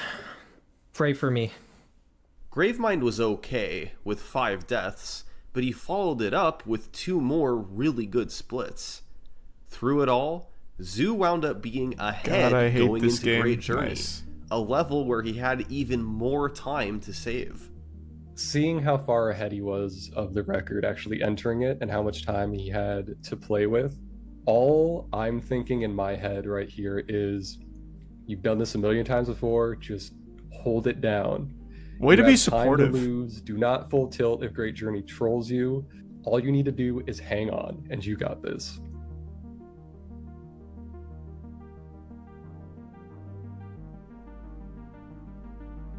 It wasn't the best, it wasn't the cleanest, but it was good enough to pull out the record. Did I do it? Nice. Oh my god, let's go. Barely a 121 as well. Oh, I don't feel pressure when speedrunning, but I speedrun dog shit games. Like actual dog shit. He finally broke that no one cares about. He had finally taken his first record, and the sky's the limit at this point, you know? All he has to do now is go wherever he wants to. Zoo had the record, but he admitted in the description that he didn't expect to hang on to it for long. Rocats was still around, and Cryphon and Sinister weren't far behind. So, despite having accomplished his goal, he continued to do runs. And to shake things up a bit, he decided to start going for a new, incredibly risky strategy in Regret. The Gondola launch. Yeah, that's such a cool launch. You start by getting on the first gondola at the start of Regret. While on it, you can deload the Phantom by repeatedly meleeing. This delays the checkpoint, which in turn deletes the Phantom when it reaches the middle platform. As a byproduct of all this, a timer starts on the second gondola, and when it runs out, it'll travel back to the start. once you get to the middle platform, you push the button and finish killing the enemies. This acts as a trigger to send the second gondola forward. So the second gondola now has two commands, one to send it back and one to send it forward. And if these commands overlap within a roughly 1 second window, the game doesn't know what to do. So it deloads the gondola entirely. It's not an easy and trick. The strange results of this, if you're standing on the gondola, you'll get launched through the air. Nails figured out how to do this back in 2018, but for years it was considered too risky to do in legendary runs. You save a good 30 to 40 seconds by not having to wait to do the sword fly, but missing it costs nearly 2 minutes. Risky as it was, Zoo decided it was time to try implementing it in his runs. It would undoubtedly cause more runs to die at regret, but the 40 Which second sucks, is that's time save 30 was minutes too good wasted. to pass up. It could lead to some crazy paces. Well, on September 26th, Zoo got on a run with the gondola launch. It pushed him over a minute ahead of the world record. This was a fantastic opportunity, but it got even more serious when he got a gold split on Gravemind, the fastest he had ever done it in a run. With just 3 levels to go, that was a really he great was 2 minutes ahead of the record. This was a chance for a sub 120, a time that seemed unthinkable to Zoo just weeks ago. All he needed was to get through 3 more levels. He just had to close it out. And well, here's how it went. In High Charity, he tried to lure the Flood over so he could do High Charity skip. No shot he blows High Charity and skip. had to revert. He succeeded on the second try, but accidentally pushed Oh him off no, the ledge. he's fucking up High Charity! His time loss is hurt, yet he still retained a minute lead. But Great Journey was even worse. He died 3 times, including twice while driving the Spectre. No! He still finished the run off as a world record, but it was nowhere near what it could have been. This was starting to become a habit for Zoo. He was getting crazy paces late into runs, and things went wrong in the final couple levels to derail it. But this run did make one thing clear. Sub 120 was now the ultimate goal for Halo 2. Zoo had been on pace for it. Now, he just needed a clean ending. Thanks to the resub, Edgar. Well, a and the few Prime, weeks later, Oberon. he got on a run that fell behind in the middle levels. He had to revert to the last checkpoint 5 times in regret, despite getting the gondola launch. He also had a slower ending to Sacred Icon, and couldn't match the gold split in Gravemind of his last run. Zoo was running against balanced splits that he had made, but in reality, he was about 45 seconds behind the record going into High Charity. But he knew he could save that time in the final 2 levels. And despite dying once in High Charity, he managed to save over a minute in the end to get the record. The final time was 1:20:56. A solid record, but now it had the opposite problem. A weak middle game with a really strong ending. In order to get the ending's just the main one that matters. You're always going to get good middles at this level. From start to finish. But Zoo wasn't discouraged. He's too pressed good to onward, fuck up. More determined than ever to get the sub 120. And the very next day after this 1:20:56, this happened. Wait, October 15th. I was feeling very good about it from the very start because I got my Cairo was a 440, and that was individual level record for Cairo. So right off the bat, I was like motivated to keep it going. Got a decent regret this time. Got the time save, or a lot of the time save I needed for that mission. When he built up this big time pool into Gravemind, Skynet, you're kind of like, you don't want to set your expectations too high, but then he got a really good Gravemind. I think it was like a 905. That's just insane. So he's suddenly on this incredibly sick pace, and you're just hoping that it survives. At that point, I was getting nervous again. I was letting the nerves starting to get to me. 12 levels into the run, Zoo had amassed a 1 minute and 23 second lead. No shot he dies Just in Great Journey again. That's a stood fluke between dying there. him and a 119. That's an But act there of was God. still so much that could go wrong. Nah. At this point, when he entered Great Journey's free. that far ahead, I was super nervous for him. He can either get his goal, he can be happy, or it's going to be the most heartbreaking run of his life. Having done some of those runs myself, I know it's not over until the final cutscene plays on Great Journey, and unfortunately, that's kind of how this run played out. Oh no! Not again, Zoo! Not again!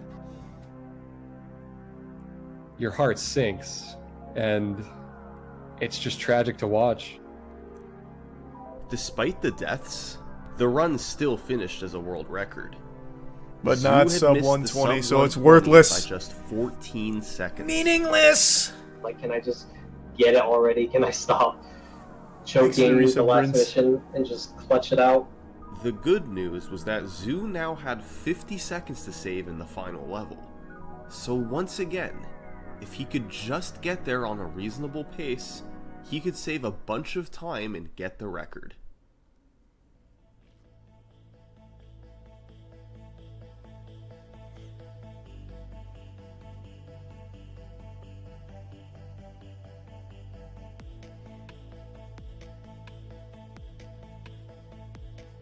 I've got a good feeling about having November a 3rd here. 58-25 split out of QZ, Quarantine Zone.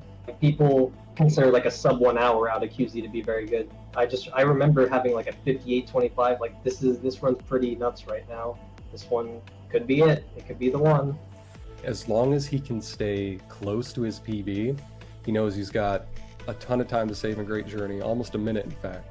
And Great Journey's this run free. was shaping up just for that. You never fuck up Great Journey I was 4 times. I was in 10 a row. seconds behind going into Great Journey, but I had a minute of time save. There's so much time to save. This run should definitely be it. On top of that, I was streaming, so I was like excited to get the sub 120 in front of everyone watching. And he did it. Oh yeah, that's a good sword fly. Oh, he nailed it. This is easy sub 120. In the final boss, there's some reinforcement waves that happen when you're killing the final boss based on when he gets to a certain health threshold. Now, normally, they don't really matter, and you can get the final boss dead with the Johnson glitch. No way. Once you kill the final boss, there is about 10 seconds before the level actually ends. And during that time, all the enemies and all your teammates, like, they're still active. They're still fighting out there. And if you're caught in the crossfire, you can easily die and just revert back to the very start of the fight.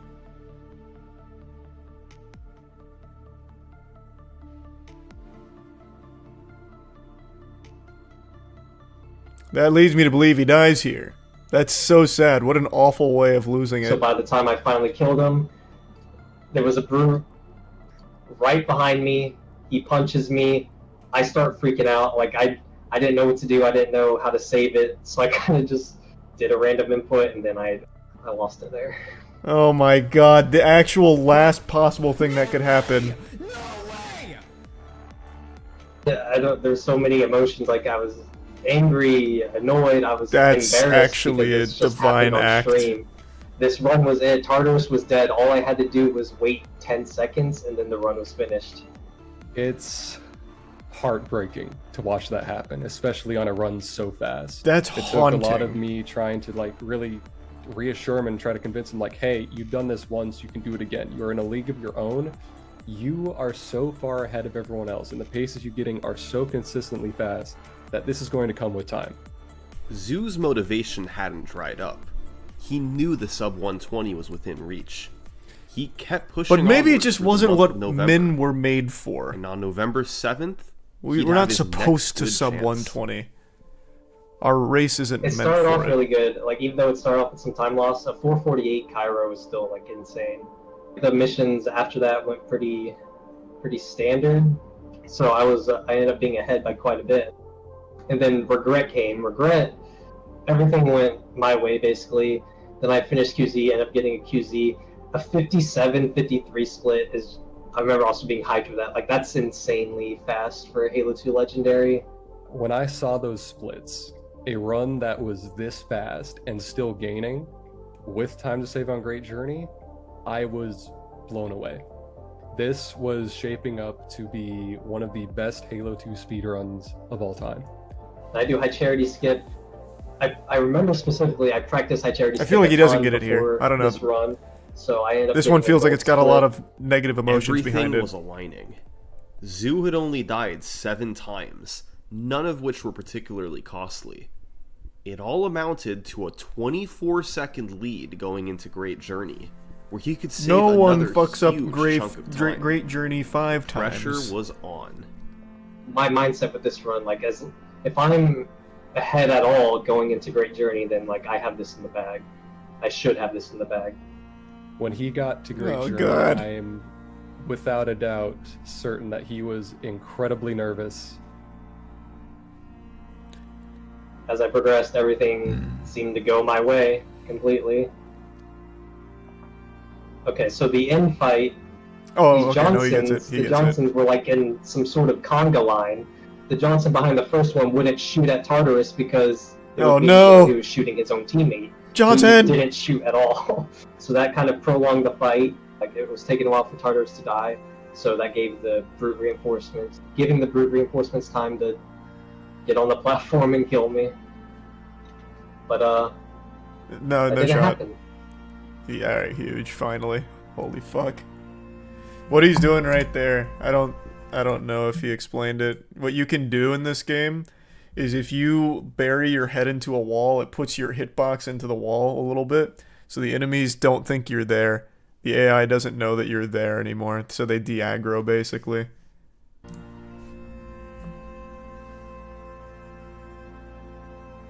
It's so good. Like, there's, mistakes here and there, but Halo 2 Legendary, you don't get a run that's going to be perfect.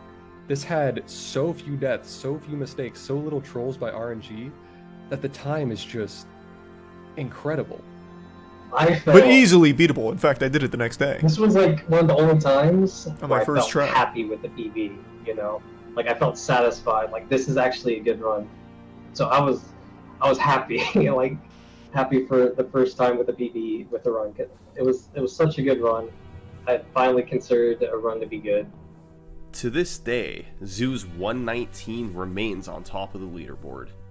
There's been a recent push to break the record, thanks to a $3,000 bounty placed by Eki.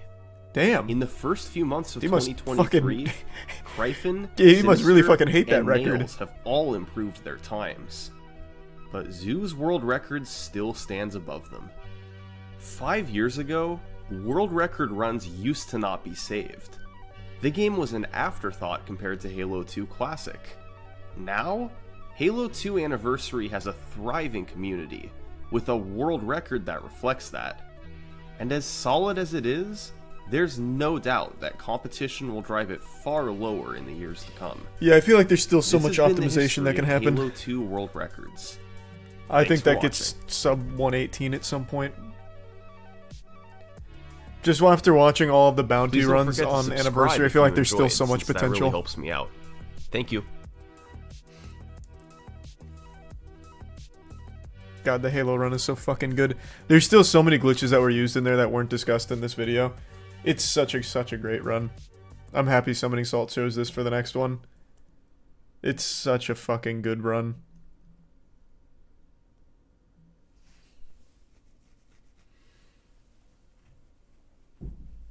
The easy speed runs at 105, so sub 118 seems possible. Well, no, in the easy one you can skip enemies a little easier than you can in Legendary. Legendary you get one shot half the fucking time, so wouldn't necessarily use that as your gauge.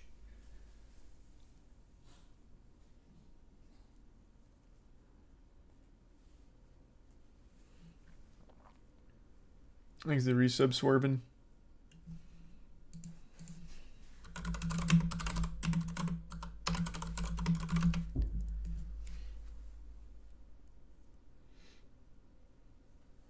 The new Warhammer Bolt game. Yeah, not tonight, but in general, yeah, I'm probably going to give it a try. Thanks to Bitskirth.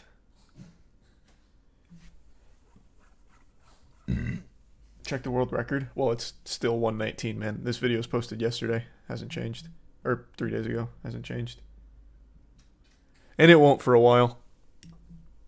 You'd have to find some crazy new glitches in order to get it down. Unless you're just like one of the best runners in the game who gets a crazy pace.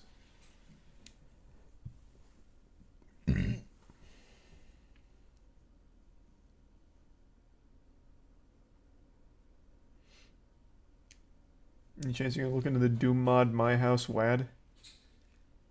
I haven't heard of that.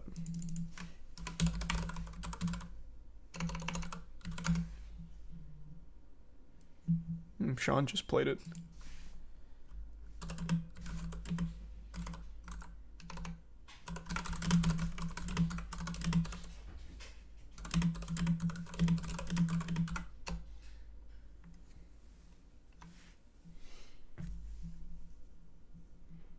Where is this the no, this isn't the trailer.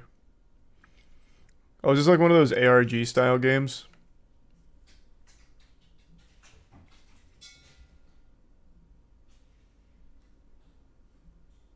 That must be the case. With a 10-minute runtime, myhouse.wad, WAD being the file format for Doom maps and mods, was ready to download for anyone to play for themselves. Making maps of your house was all the rage back in the day, but I feel like this is a pretty adorable and detailed tribute to my friend, and a great way to share something of him with the community. I see. I get what it is. Maybe I'll try it. Not tonight, though. I'll put it in the tab.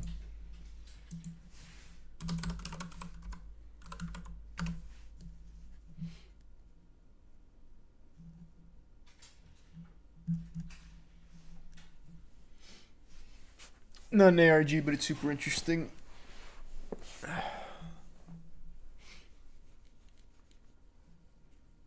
Thanks the resub sim.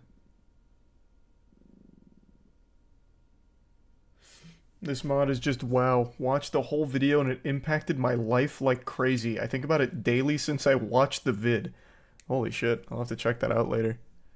This must be a crazy fucking video going over it. Isn't PowerPack the same channel that did the N64 Forbidden game? I forgot what the name of it was. No, it doesn't look like it.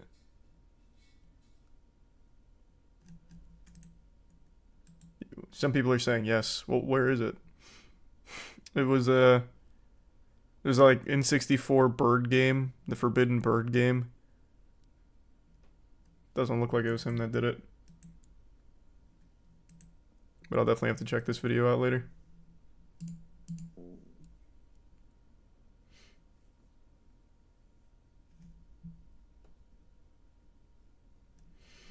It's the first WAD to make rooms be able to be on top of each other in the Doom engine. Does a lot of insane stuff never done in Doom.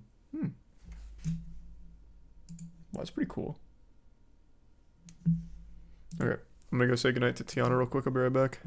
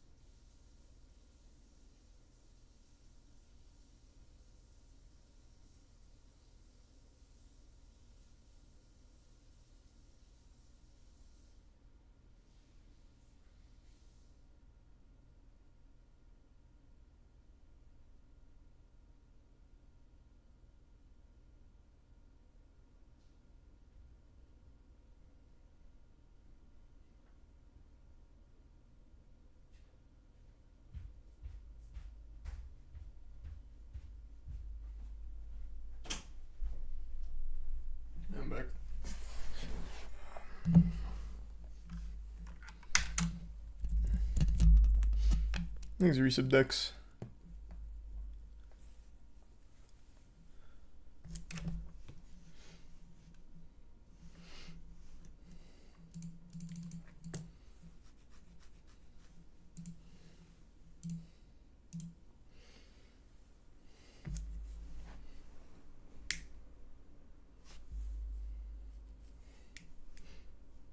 Yeah, no, like I said, I'll look it up, maybe play it. Sounds cool. Apparently changed one guy's life forever, so that's interesting.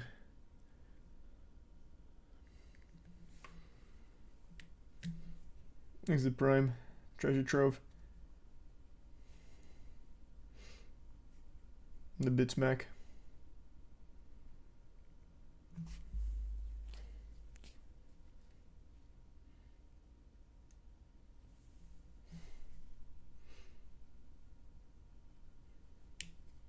Should play it instead of watching the lore on it. It's more interesting to discover everything yourself. Takes 2 to 3 hours for most people to do everything. I don't know, the video seems like it'd probably have everything, because what if I miss shit?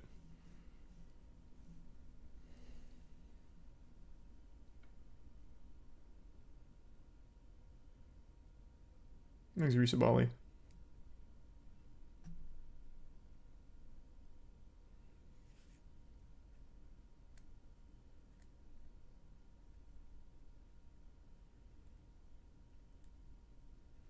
Just go in blind.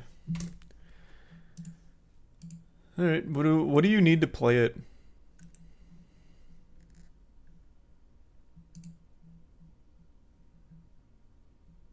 Is it just like a self-contained download and installer?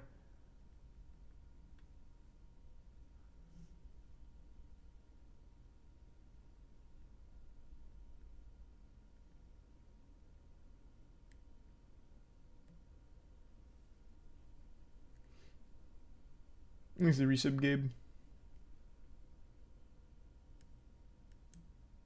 And Diablo.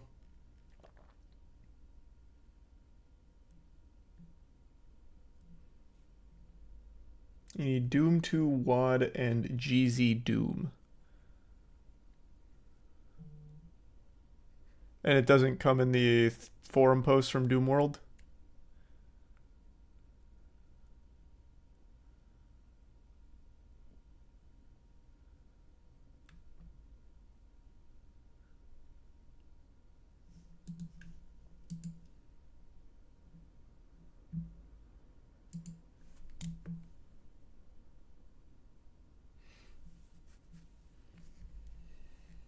Doom 2 WAD you can buy. The time setting all of it up is not worth it. Well, in the post here it says that there's about 10 minutes of playtime. Why did you say that it takes 2 to 3 hours?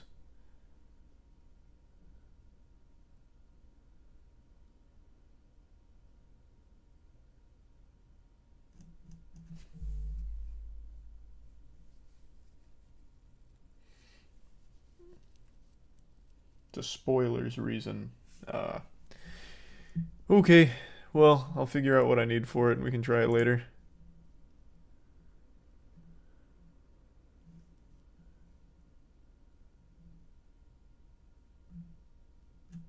Later as in like later this week, not tonight. Thanks, resub Onslaught.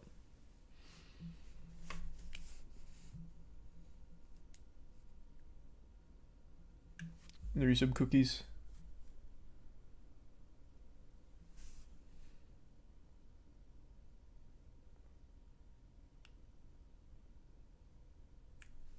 Maybe some shiny slides.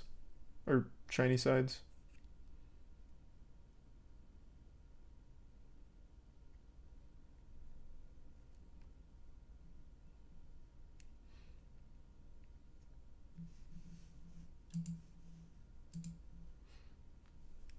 I'll go in blind.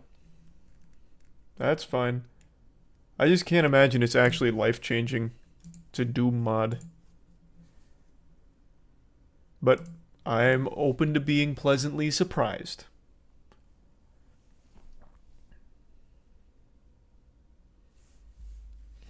You see Stephen King's tweet about the new Flash movie. Yeah, this is another thing that I feel like this has to be some kind of like elaborate scheme. Like everyone's in on the scam or something. Because literally everything says that this is the best goddamn fucking superhero movie ever made. Which I just can't believe that.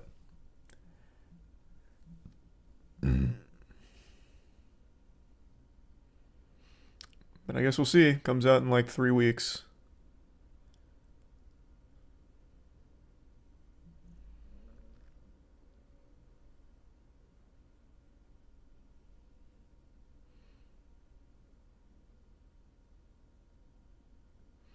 Flashpoint is one of the strongest points in DC. I get that, but like, it's not like this movie somehow transcends the problem a lot of DC movies have had with bad CGI. Oh, they just released a new trailer. Surprised at it being good. I don't see how it could be nearly as good as people are saying from the test screenings.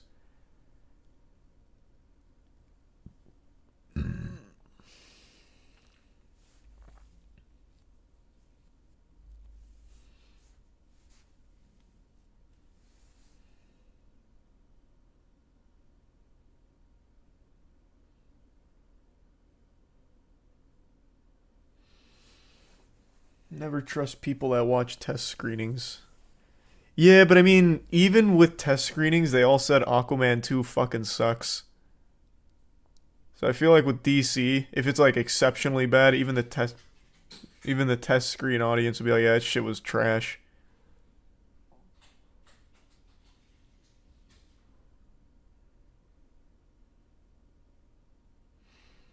Didn't the new Indiana Jones movie get a standing ovation? Don't know where you read that. I've read nothing but negative things about the new Indiana Jones movie.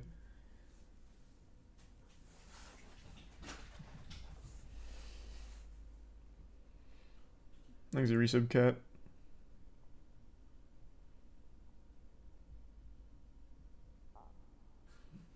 It did, and apparently it sucks ass. Oh. Cool.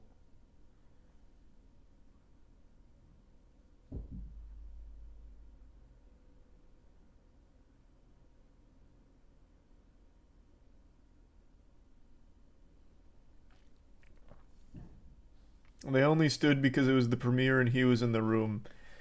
Yeah, that sounds about right. I mean, Harrison Ford's great. Just that movie doesn't look good at all. Thanks to Resub X.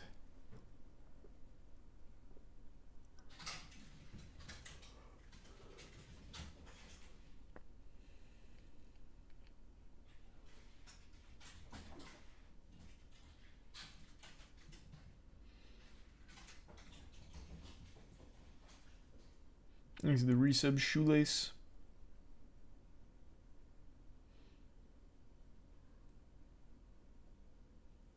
A lot of movies get standing ovations. What matters is how long it is, and Indiana Jones was only like 2 minutes. I don't really care that much about like the duration of the standing ovation at the film festival. It's cool, I guess, or not good, I guess. I don't know.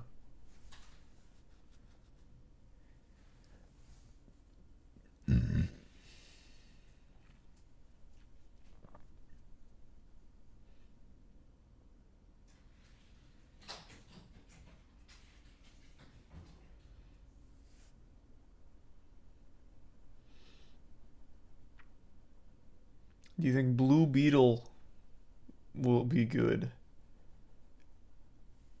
Probably not. Not like I have a whole lot of faith in superhero films to be good. But I'm always up to be pleasantly surprised.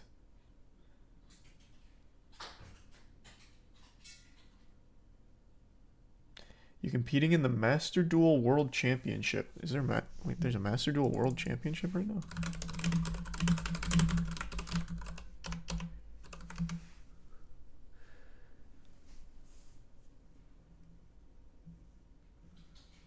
How long is it going on for?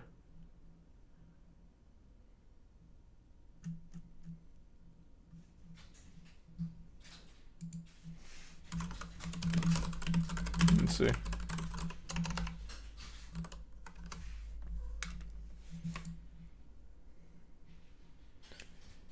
Become the top duelist in the world. So they have it for Duel Links. They do every year. I competed in that last year or the year before. I can't remember. I already forgot. And then the normal YCS and Master Duel.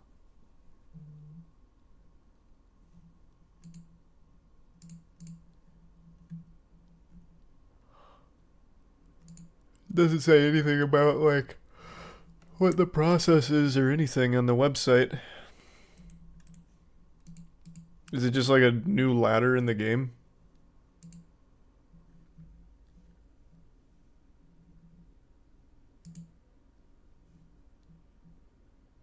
If you keep winning in first stage, your duel level will increase. If you suffer more defeats, your duel level will drop. Those before DL4 will increase. Okay, it's kind of the same as Duel Links.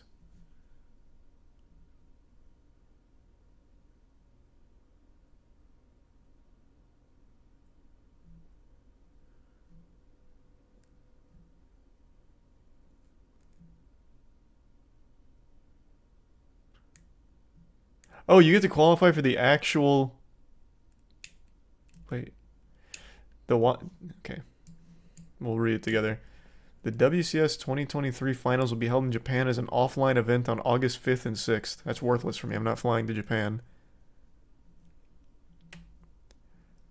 There'll be a team battle with duelists competing in groups of 3. What the fuck?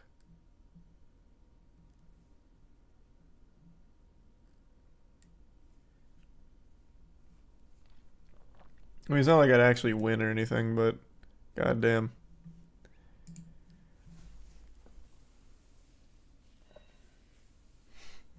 That's cool.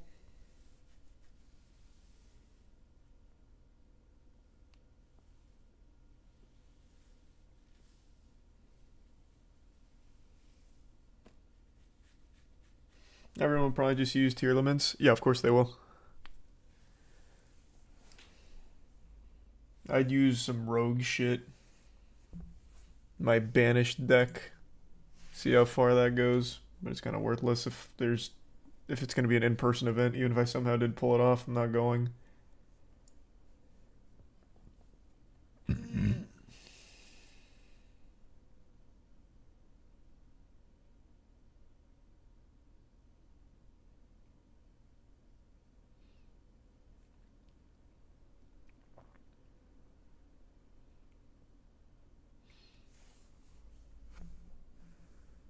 No, I already saw the Five Nights at Freddy's trailer.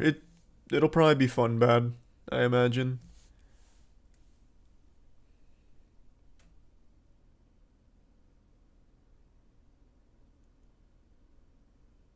Thanks for resub, Kansu.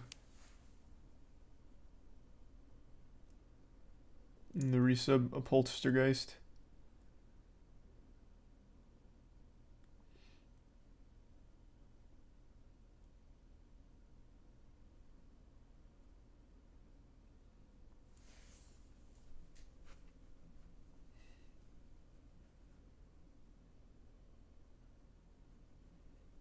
You gonna support your Hunger Games co-star in the Five Nights at Freddy's movie? I will. I'm gonna see it. I'm not expecting much. But it should be fun bad, I'm thinking.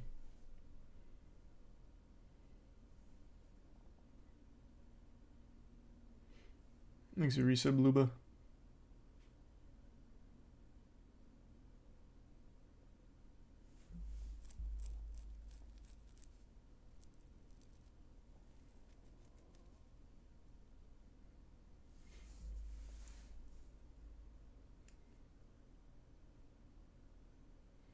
Did you ever play Dungeon Dice Monsters? On the PlayStation 2? Yes.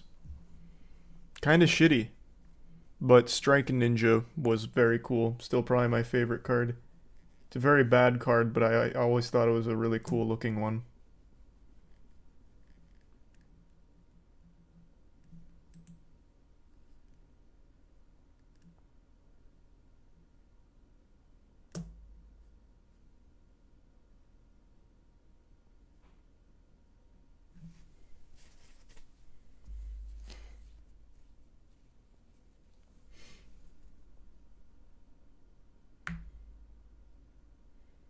Yeah, we'll be watching the PlayStation Showcase tomorrow. Well, today, I guess, since it's midnight.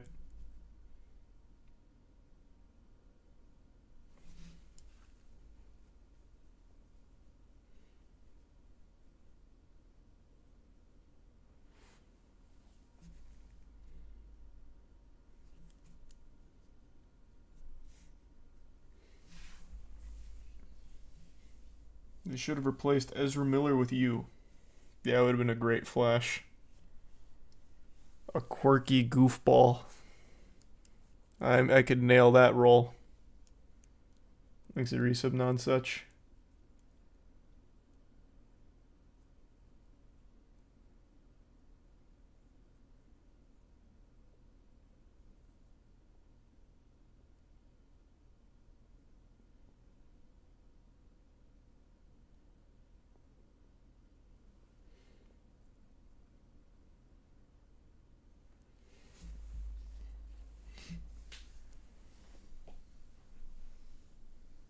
Have you seen The Butcher on History Channel? Yes! Well, I haven't seen a full episode, but I've seen, like, bits and pieces. You see the guy who tried to crash a truck into the White House. Only briefly.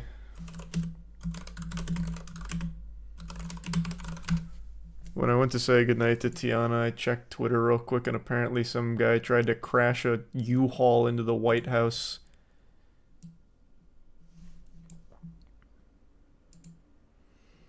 So he, like, hit the barrier with it.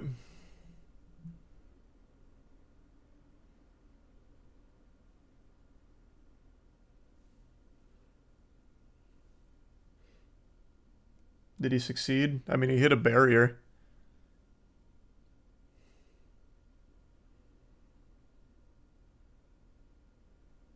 He said he did it to take over the government and kill Joe Biden. Let me see, let me read about it. He was seeking to harm the president. It's right there in the first paragraph. Threatening to kill, kidnap, inflict harm on the president, vice president, or family member. President Joe Biden was in the White House when the truck crashed outside. He's lucky Joe didn't hear it, because he wouldn't have lived to see another day. Joe Biden would have swooped out there, ice cream cone in hand, and took him down. He's relieved that no one was injured last night and grateful to the agent and law enforcement officer who responded so quickly.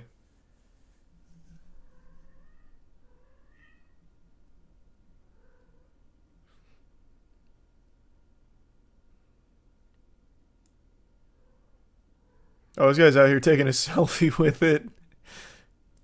So they found a Nazi flag, I guess. And then people just started showing up and taking selfies.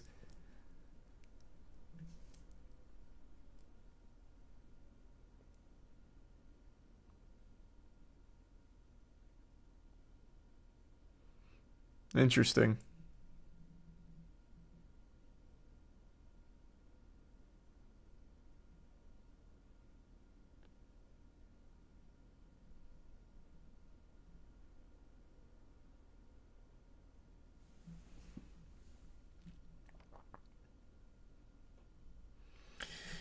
Well, what a plan.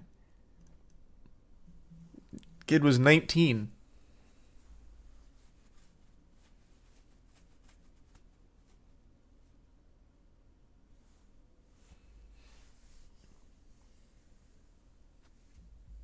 Can't believe the plan failed. I mean, it seemed pretty well thought out. I'll drive a U-Haul through the White House and kidnap Joe Biden. It is Galaxy Brain.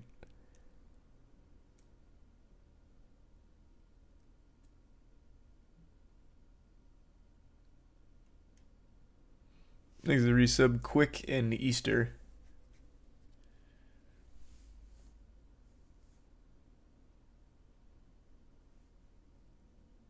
It was a 6-month plan, apparently.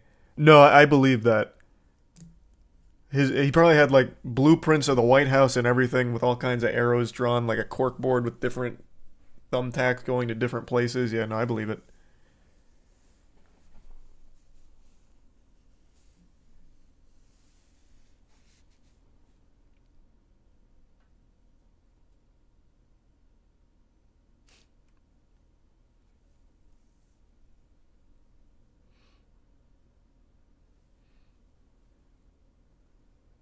If he had used an ice cream truck, Joe would have come outside himself. Yeah, true, 6 months and he didn't come up with the ice cream truck gambit? Oh, God. You should have been in the room with him. You could have steered him for a better plan. Oh, my God, it was right there in front of us the whole time. What an idiot.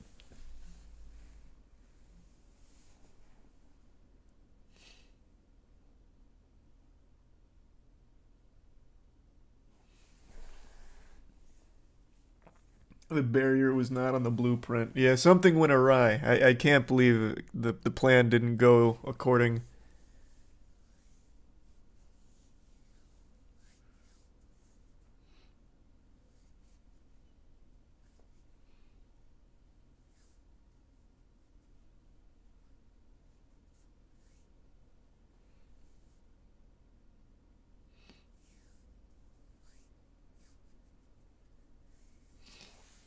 What's The Machine? I don't know that movie.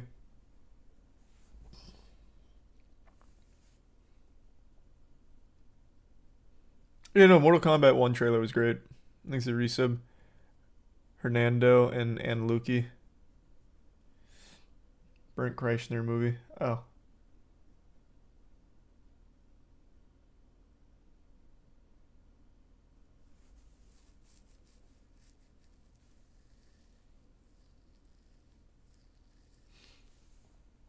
Lost talking parrot escapes home and talks way back to find owner. Okay.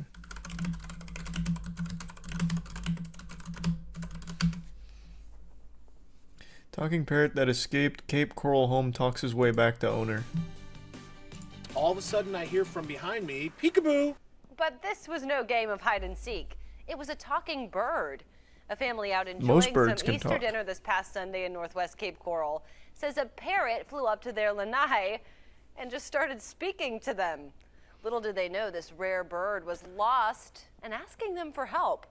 ABC 7's Gage Golding shows us how That's the so talking adorable. parrot Holy talked his way shit. back home to his owner. We pretty much always leave his cage door open, and he kind of comes and goes as he pleases. To Brent Chadwell and his girlfriend, their bird Tiki is part of the family.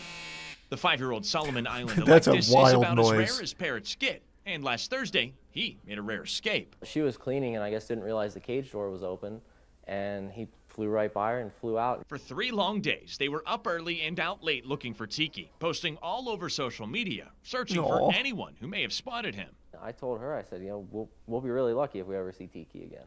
Call it their lucky day then. While the family was sitting out on their lanai enjoying a little drink after Easter dinner, they heard something over their shoulder. All of a sudden I hear Camera work is superb. peekaboo. With a cocktail in my hand, I'm thinking to myself, birds don't talk. And then I hear it again. I hear A lot of peekaboo birds do again. talk. It wasn't his nieces and nephews playing games, but rather Tiki trying to grab his attention. That's definitely Tiki's way of telling him, hey, I need help. Reed's sister, a veterinarian who was in town from Houston, was able to get Tiki in the pool bathroom. That's when they posted on Facebook asking if anyone lost their pet parrot.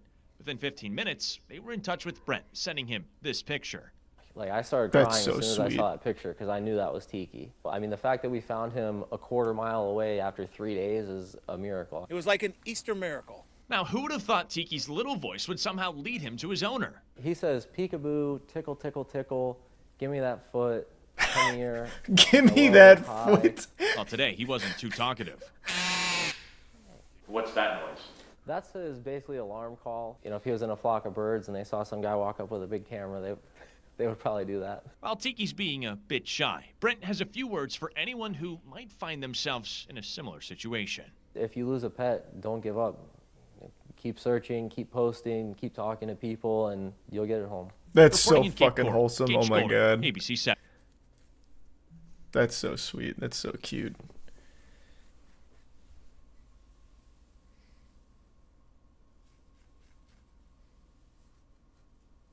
Moral of the story, teach your pets to talk. True.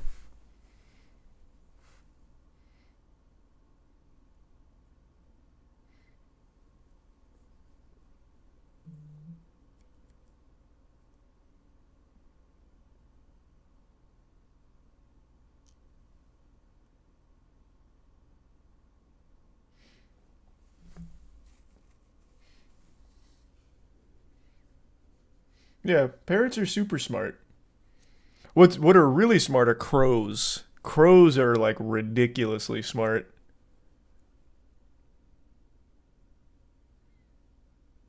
There's Arisa Machiavelli and Mystic and Zyri.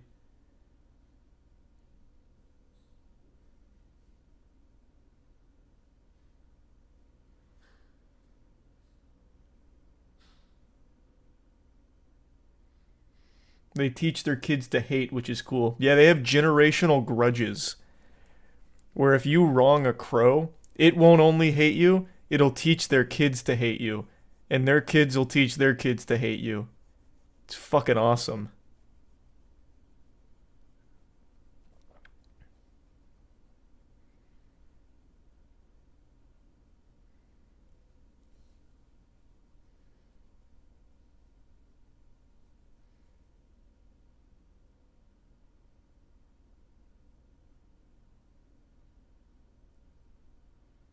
I don't know, Scoots. Maybe it's trying to tell you something.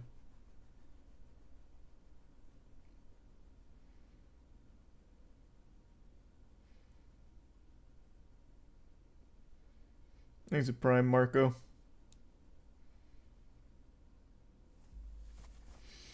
Crows are crazy smart only to be bested by a scarecrow. Do scarecrows even work? I feel like that's just like an old-timey myth that people keep up out of tradition now. I can't imagine that actually keeps them out of the field. Let me see.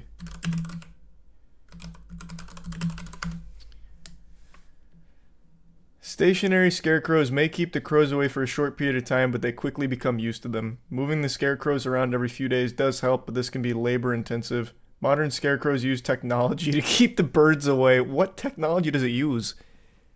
Tear gas or something? What do you mean? An annoying noise for it?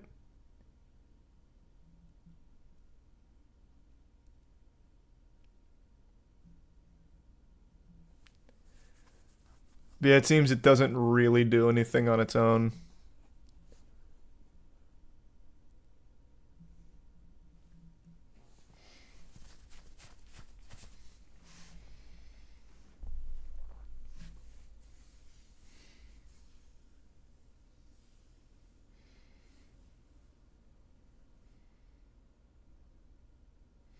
Pretty sure crows can talk too, can't they? Yeah. They can also smoke joints.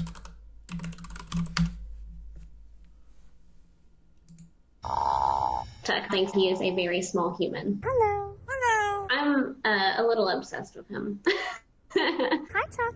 Hi, Tuck. That's so cool. I'm Macy with the American Eagle Foundation, and this is Tuck's story for GeoBeats. I never thought I would have a special bond with a crow. Some shadow in the mid It's very overwhelming and amazing whenever I think about it. Hi, Tuck. Hi, Tuck. Yeah. Tuck can mimic a few words. We didn't really have to train him in that. It's just something that people would say to him every day. Hello. Hello. Are you Tuck? And then whenever he really wants attention and we're not giving it to him right then and there, he will say, "What?" Which means he's aggravated with us. There's a bullfrog that hangs outside, and he has picked up on that, where he will just mimic the bullfrog from time to time. That's so fucking cool. Yeah, crows are awesome.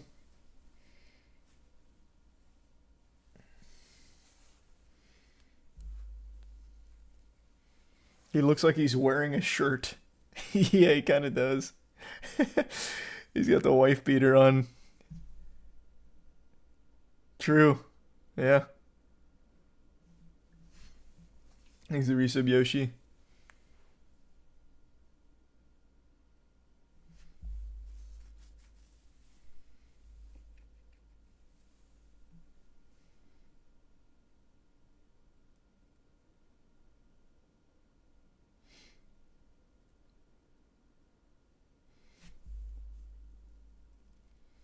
If you feed crows long enough, they bring you gifts. Oh yeah, I'm pretty sure we watched the video on why crows do that. And the explanation is literally they start learning, like, if they bring you something, they get something. Which is cool. Thanks a bit, Spartan. Narisa. Sad kitty.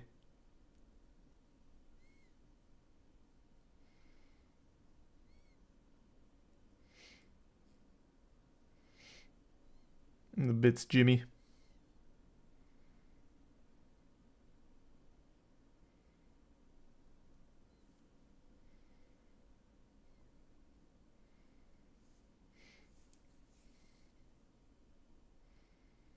I work at a theater and I had someone come up to me and say, Guardians was too confusing, I want a refund.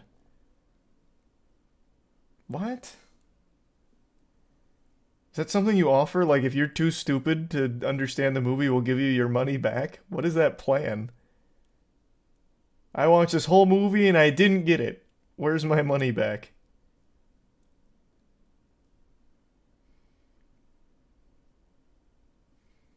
Thanks, Resub Raymond in the Prime Falcon.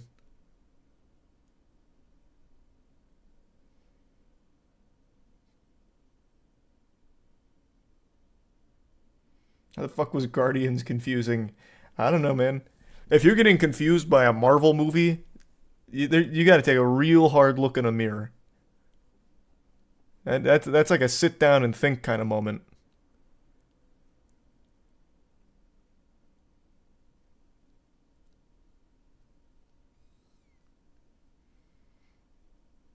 Thanks, Resub Pablo. And the bits, Josh.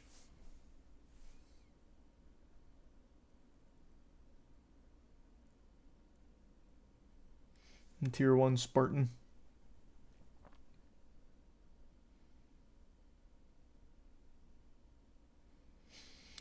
Check out magpie swooping in Australia. I'm very familiar with magpies. Jackson's talked about them before, so I've looked it up. They fucking go hog wild. Oh, this is also where the meme comes from, by the way. I'm sure you've seen this on Twitter from time to time. This is a magpie just really attacking this poor kid. They're mean motherfuckers.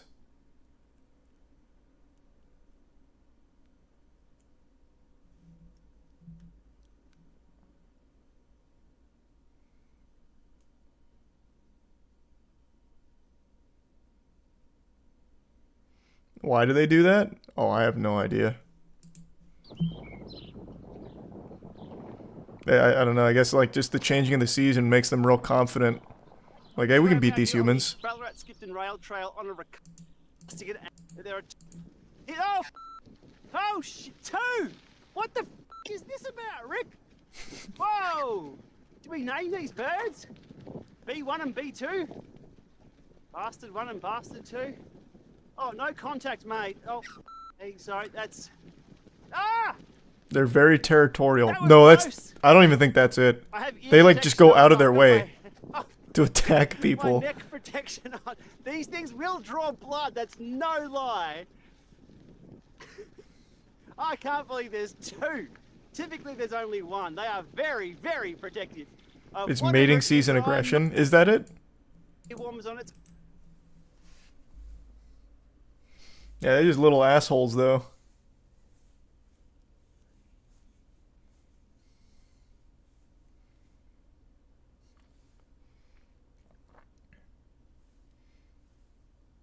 Thanks, Resub Mets fan and Phantom.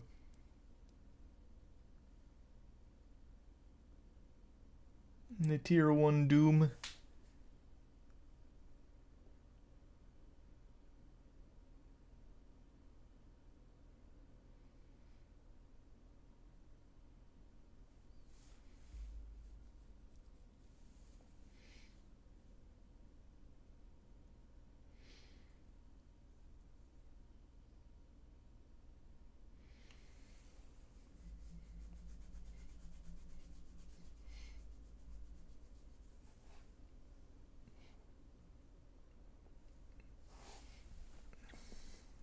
Have you watched the play? Oh, are you going to watch the PlayStation Showcase? Yeah.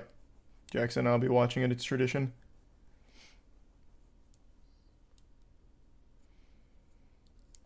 The movie The Birds is crazy.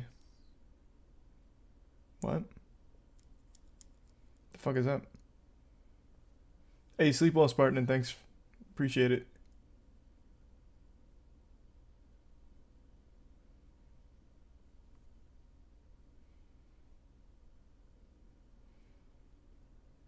That old horror movie Birds.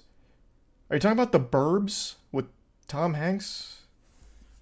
I don't think I've ever heard of The Birds. Oh, it is a movie from 1952.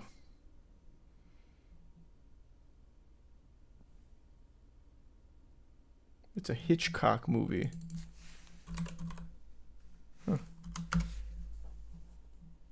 Oh, 1963 is the Hitchcock movie.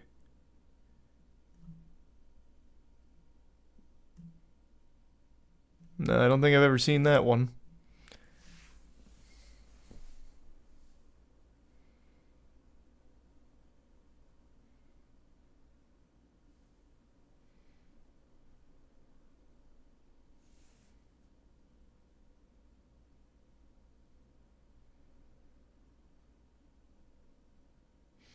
Which director is your favorite? I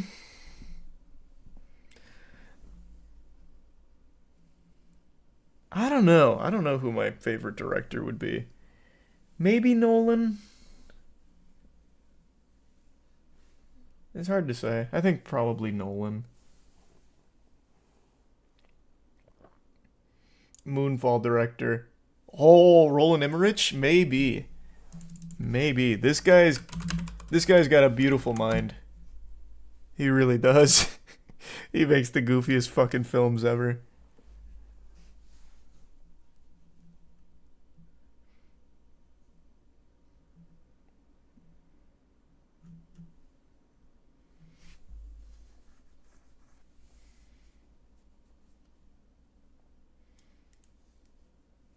He's only made like 2 actually good movies. I know. That's the beauty of it. He's got like 2 decent movies, like actually objectively decent movies, and then the rest is just wild schlock. It's so good.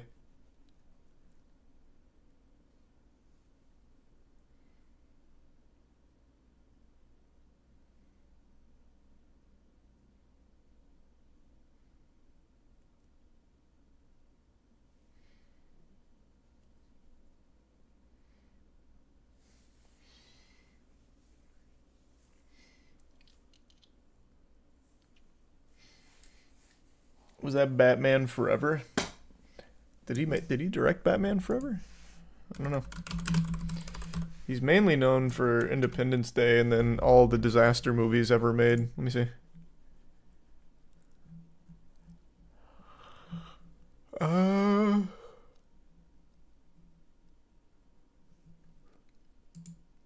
I don't see Batman Forever here as a director. Maybe a producer? Let's see.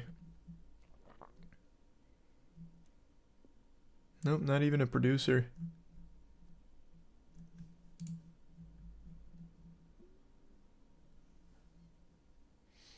He's a prime ant.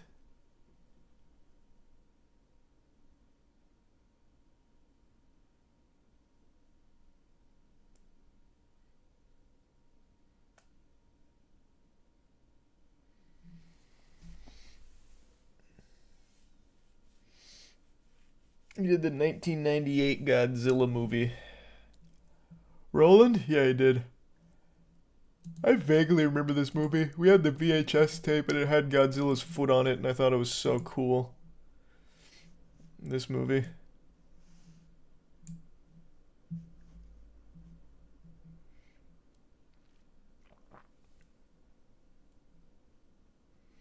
Nice resub Fluffy.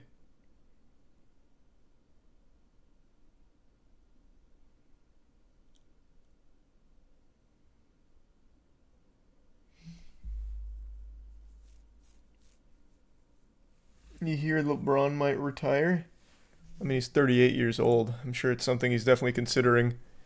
And if he ever logs on Twitter, he'll be like, man, fuck you guys, I'm quitting just so I don't have to listen to this shit anymore. Yeah, I assume he's probably gonna retire soon. Maybe not, like, this year or anything, but soon.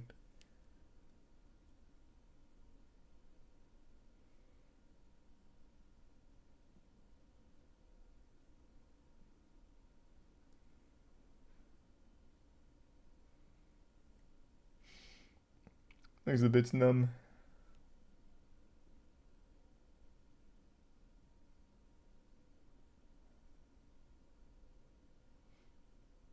Braun gonna play a season with Bronny before retiring.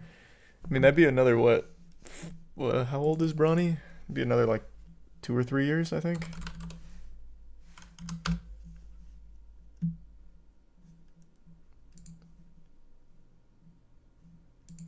LeBron James amends stance on playing with Bronny in the NBA. Just because that's my goal doesn't mean it's his.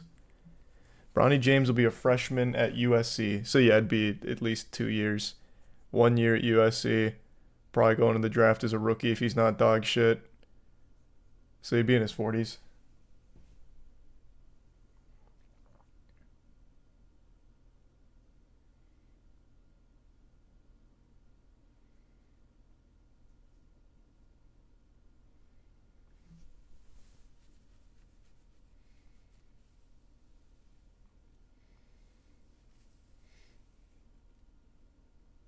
LeBron is returning to college and playing with Bronny at USC. That'd be so cool.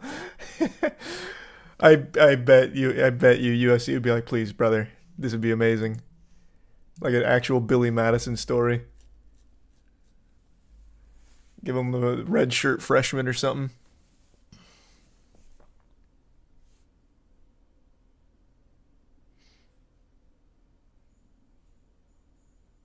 Technically, he probably can. He legitimately probably could because he didn't go to college. He got drafted out of high school.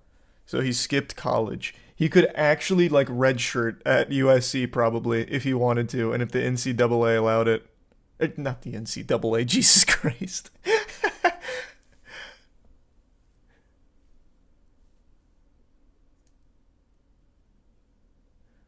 That would be fucking amazing if he did that, though.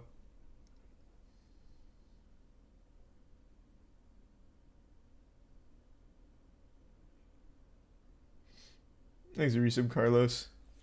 Like Goofy and Goofy Movie 2 shows up to class and shit. God, that'd be so good. NBA waives eligibility to play in college. It's LeBron. They would rewrite every rule in the book if they could.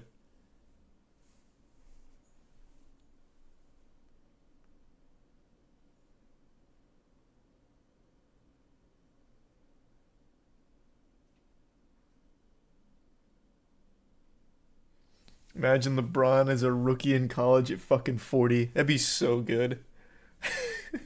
That would be so fucking cool. Doesn't LeBron have a producer credit on Space Jam 2? Why not make a movie about this? This is gold he's sitting on right here.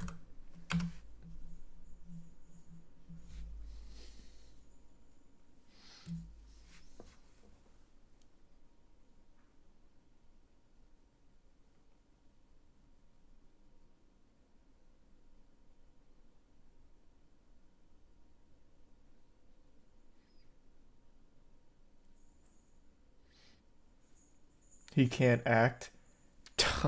You just can't recognize high quality thespian acting. I'm classically trained, so when I saw LeBron James in Space Jam 2, I knew I was looking at a timeless performance.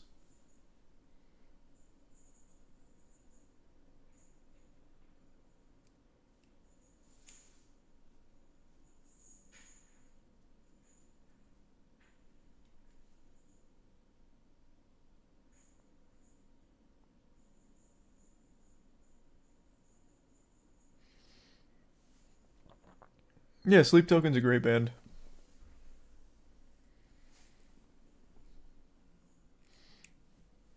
Bronny could have gone to the draft direct. I think it's always smart to at least play one season in college. I think that's just important. Even though like some of the best didn't go to college, they just went straight to the NBA, but still, I just think that's better.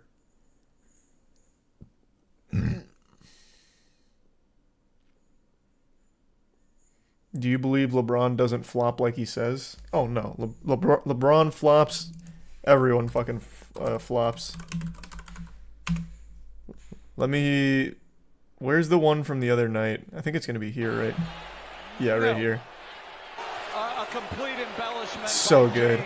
There's actually never been any team that I've played on in my 20 years where we've been a flopping team. Is LeBron the king of flopping, or is this whole thing overblown? Check out LeBron James here as Paul George gingerly touches the tip of his chest. I'm calling flop here. This one, however, is controversial on the free throw miss. Watch Chris Paul step in and box out. LeBron hits the ground. This one, though, was from actually just a couple nights ago. It's so good. No. Like, he gets touched in the face, barely, and then he's like, ah! He's actually never been in The clip cuts off, but he slides into the crowd and has a drink spilled on him. It's really dramatic. It's fucking cool.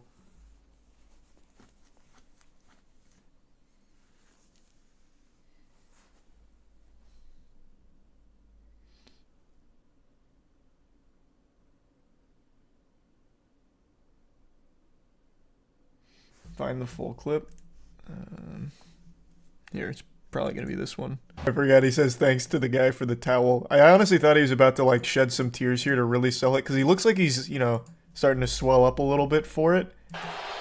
But then he doesn't pull the trigger on it. He's not ready to unleash his full Space Jam 2 acting abilities. Didn't need to. They already called it.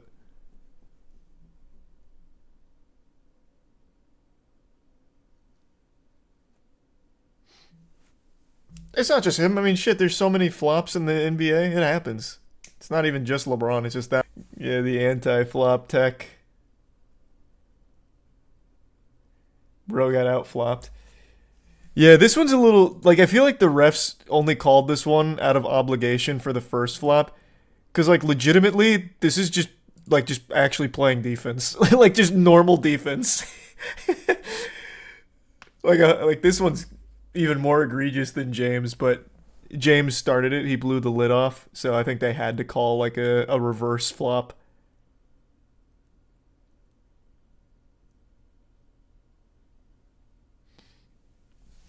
Thanks the resub Ghost, Jay, and Tattoo.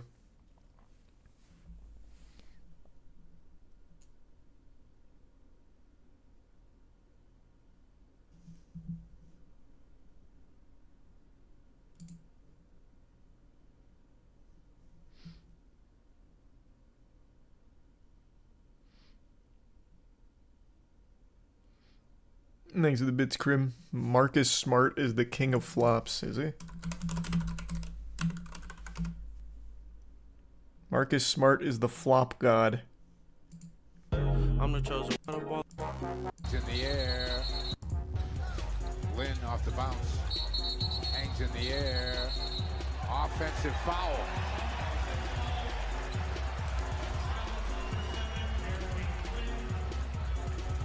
Let's see this one.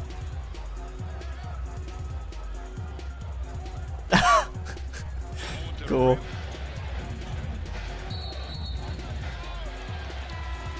Man, he's pretty good. Watch Marcus Smart. You can't. Okay, with some contact there, right? Yeah. Or was there? You tell me. I mean, there's a little bit there. What's even the point of flopping that position? I actually don't understand. You already have full possession there. Unless he just like actually lost his bounce. He's like, fuck it, I'll flop and sell it. I mean, there's a little bit there. He does like to flop. That's kind of like Just to draw the foul there? Yeah, but that's kind of a useless one there, right? I guess I don't know what the situation was with like where they were in fouls. Maybe it was worth it. That just seems like a useless one. I mean, for what they're calling today, you would think that they would call.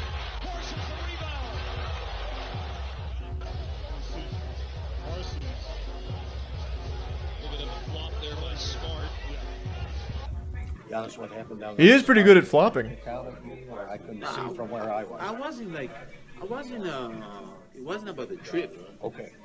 I thought he just like flopped a lot. You thought he had flopped or fell down? Yeah, he's I think yeah.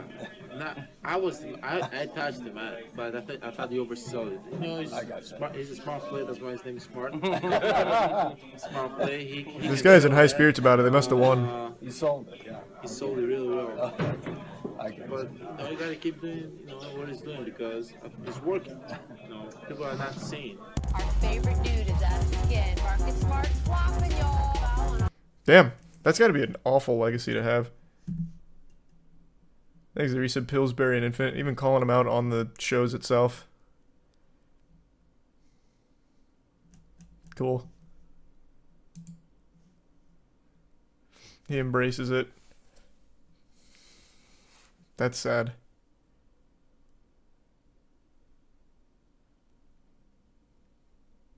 Why are we in the flop rabbit hole? Oh, we were talking about LeBron flop from the other night. Someone said Marcus Smart's like the master of it.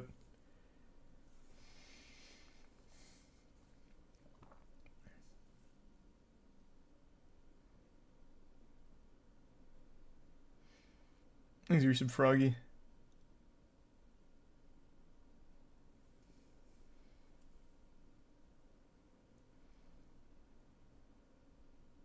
Who's your favorite player of all time? Allen Iverson. You need to see football flops? Oh, I've seen plenty. Thanks to Tier 1 Nacho. Those are just... Well, no, those are absolutely worse than NBA flops.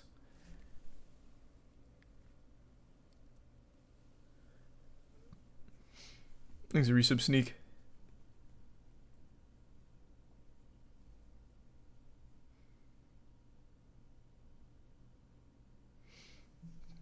Alright, fine. We'll see a couple of these. What was that? Whoa! The double charge draw. That was pretty cool. Charging against Osik, and that'll be his second. So kind of got him out of rhythm. It's almost like when he got bumped, he slapped himself in the mouth. And Stevenson slapped himself with his left hand. Complimentary pieces that are out there above the three-point line. Good call. Oh, man. To shoot the ball, No. stretch the defense out. And Tice took a shot in the face. But he's going to get called on him, and he's going to foul out. Nope, check that. On the handle. Got Bogey to bite, and he puts it down. Great shot fake to try to get. That was a delayed one. He couldn't decide whether or not to commit to it. Weak. Move forward as a defender on a ball fake. It's 32-24. And that's all on Dante Jones. Yep. That foul right there was on Leslie Hudson. Damn, got him with that fucking It's push a from foul, Hunter. but I think Hunter. Corey Brewer Christ. may get a call from the league office. Tatum behind the back. Holy shit. I give PJ Tucker. That's He actually did get him with that whole force push there. Nearly sent him into the stands. Whoa.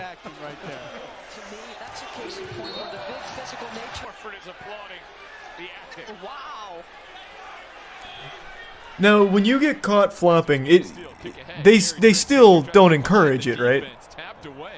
Like it's a foul on you for flopping, right? You gotta sell it. I actually haven't got to catch a flop live in a game. So they can avoid those struggles, putting the ball in the basket. No, you still just get fined. I really thought that you ended up getting a foul called on yourself for it.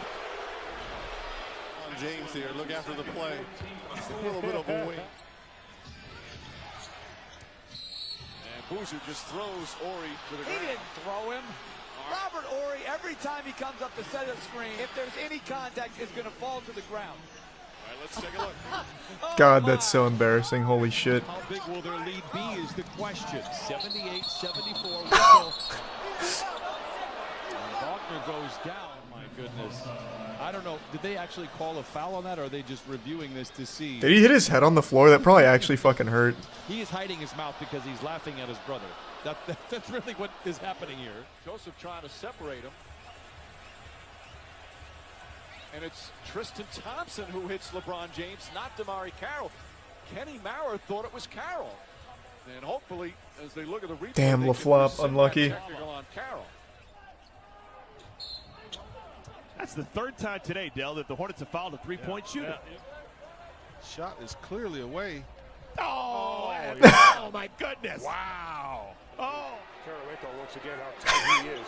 Right underneath What the Durst. fuck? Oh, there's an offensive foul. Watch Kirilenko go down. A major flop. Yeah. Capital F. These are some pretty impressive flops. I am impressed. It's not so much that his confidence is I wouldn't say that they're getting increasingly more dramatic, though. They're kind of just staying the same level of dramatic. just a whisker. Draymond. He's got an Academy Award. Leverett goes crashing to the floor. And then a foul on Stevenson on the block. Oh, he's dead! He killed him! Oh, shit! I mean, born actor. Come on. Good. When you look at the turnovers forced today, Sloppy ka ng bola doon. Will McDonald getting it. Was hit by Mick Pinisi. No! Concussion protocol, quick! Pero tinatawag na masama lang yung signal. Nahuli lang. Oo. Oh my, what happened? Well, that's Olynyk and Oh, he's still going! The aftershock! Boozer and Bosch. I don't even think he hit him. This is all about selling it, Kel. Sometimes you I always love that. That one's the classic flop. That's just actually textbook where it looks like you just got like headshot. This is all about selling it, Kel. That one is iconic. You've got to sell it. He did with his right elbow. They sell like Triple H in the WWE. Yeah. The Academy Awards coming up. No, and Smart went Oh, flying Jesus underneath Christ, the hoop. Smart. Bruised his ribs in game 2, landed hard there.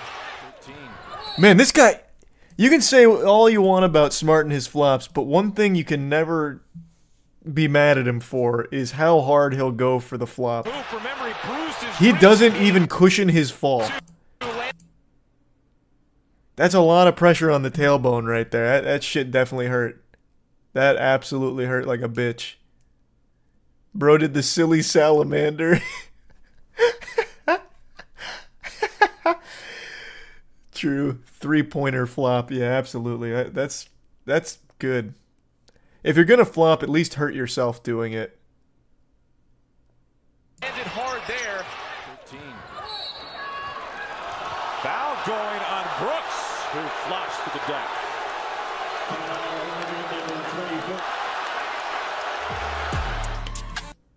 Damn. Hopefully all the athletes were safe and made a speedy recovery after such brutal hits they took in those games there. My God. Love these IRL ragdoll physics. Yeah.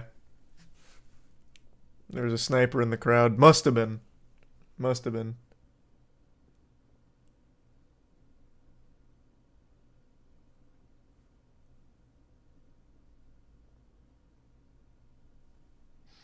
Do they practice their flops? No, one thing you actually do practice, though, is taking a charge, which is why you see in all of these flops, almost every single time, it's like a similar cushioning. So when you take a charge, it's here, you fall back, and then, like, right when you hit the ground, you, like, push yourself off to kind of, I don't know, take some of the sting out of the fall. So it's the same for flops. That's why you see them do kind of the similar thing. But I doubt they practice flopping.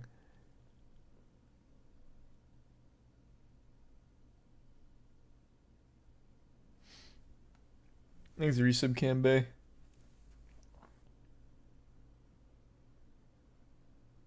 Do other sports have flops? I think the only other one that's notorious for flops is soccer. I don't think there's any other sports that have flops like that.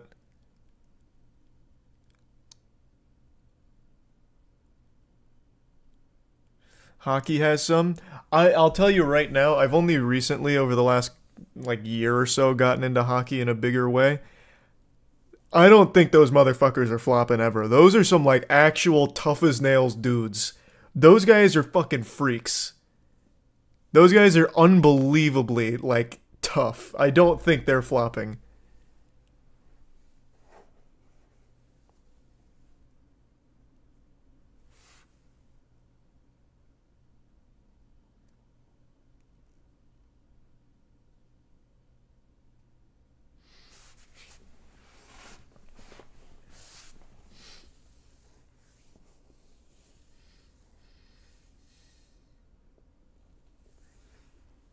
There's a penalty for diving. In hockey, is there? I didn't know that.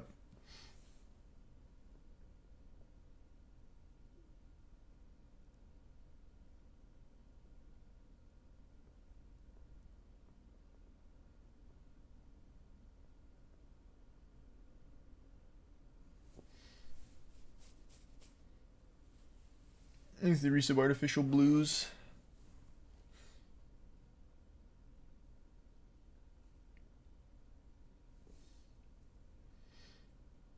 Yeah, soccer flops are great. I mean, you have this one, I'm sure all of you have seen.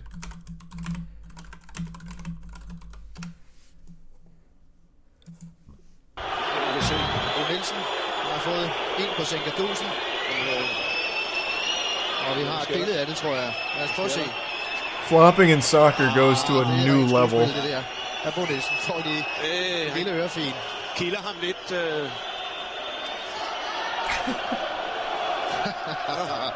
Der sker det, at det ikke tur mig. Vi har haft et par gode slagsmål op foran. Og så ved jeg ikke, hvorfor en kurs. It's an art. It is. It's like an actual integral part of the game.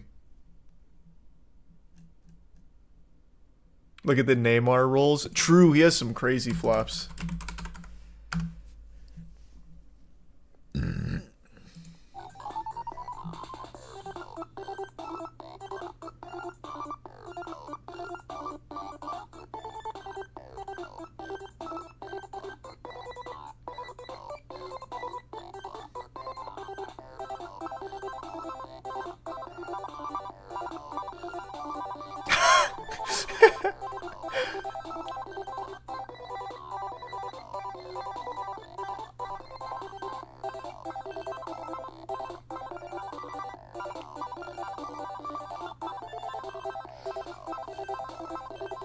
The Marcus Smart of flopping.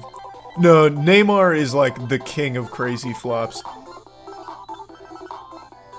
Like he goes like hog wild with it. Like he'll like start like dripping his legs and like fucking flopping around like a fish. It gets wild.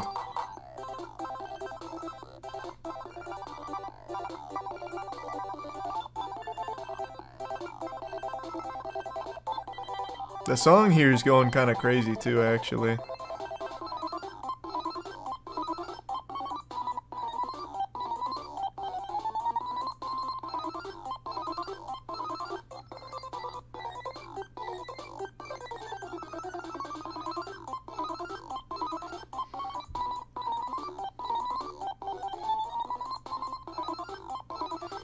This is Pokemon OST.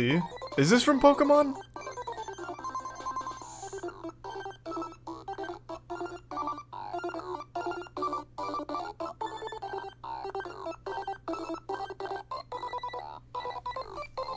Yeah, there's flops in soccer in a big way.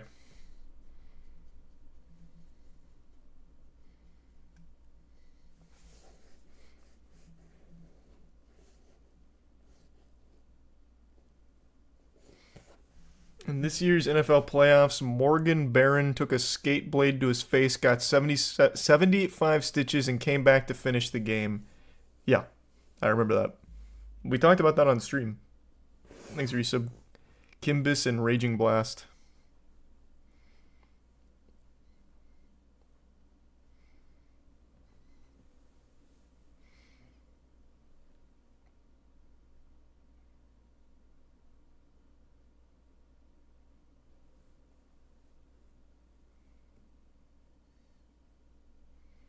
A real man wouldn't need stitches. True. A real man's wound would have closed up if he just got a handful of dirt on it.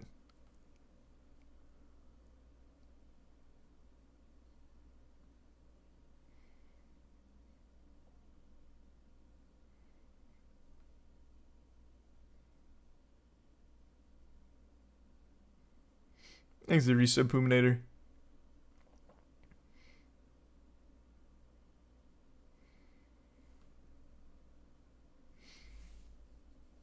You ever watch Blue Lock? Tiana did, so I saw a decent chunk of it just by proxy. It seemed cool. Alright, I'm gonna go to bed though. Tomorrow we'll either play the Warhammer game or the My House WAD, whatever, after the PlayStation showcase. All right. Thanks to everyone for tuning in. New subs, welcome aboard. Sub means a lot. Thanks for subbing. Enjoy the emotes. See you tomorrow. Have a good rest of your night, everybody. The PlayStation Showcase is at 4 EST. So I'll see you then.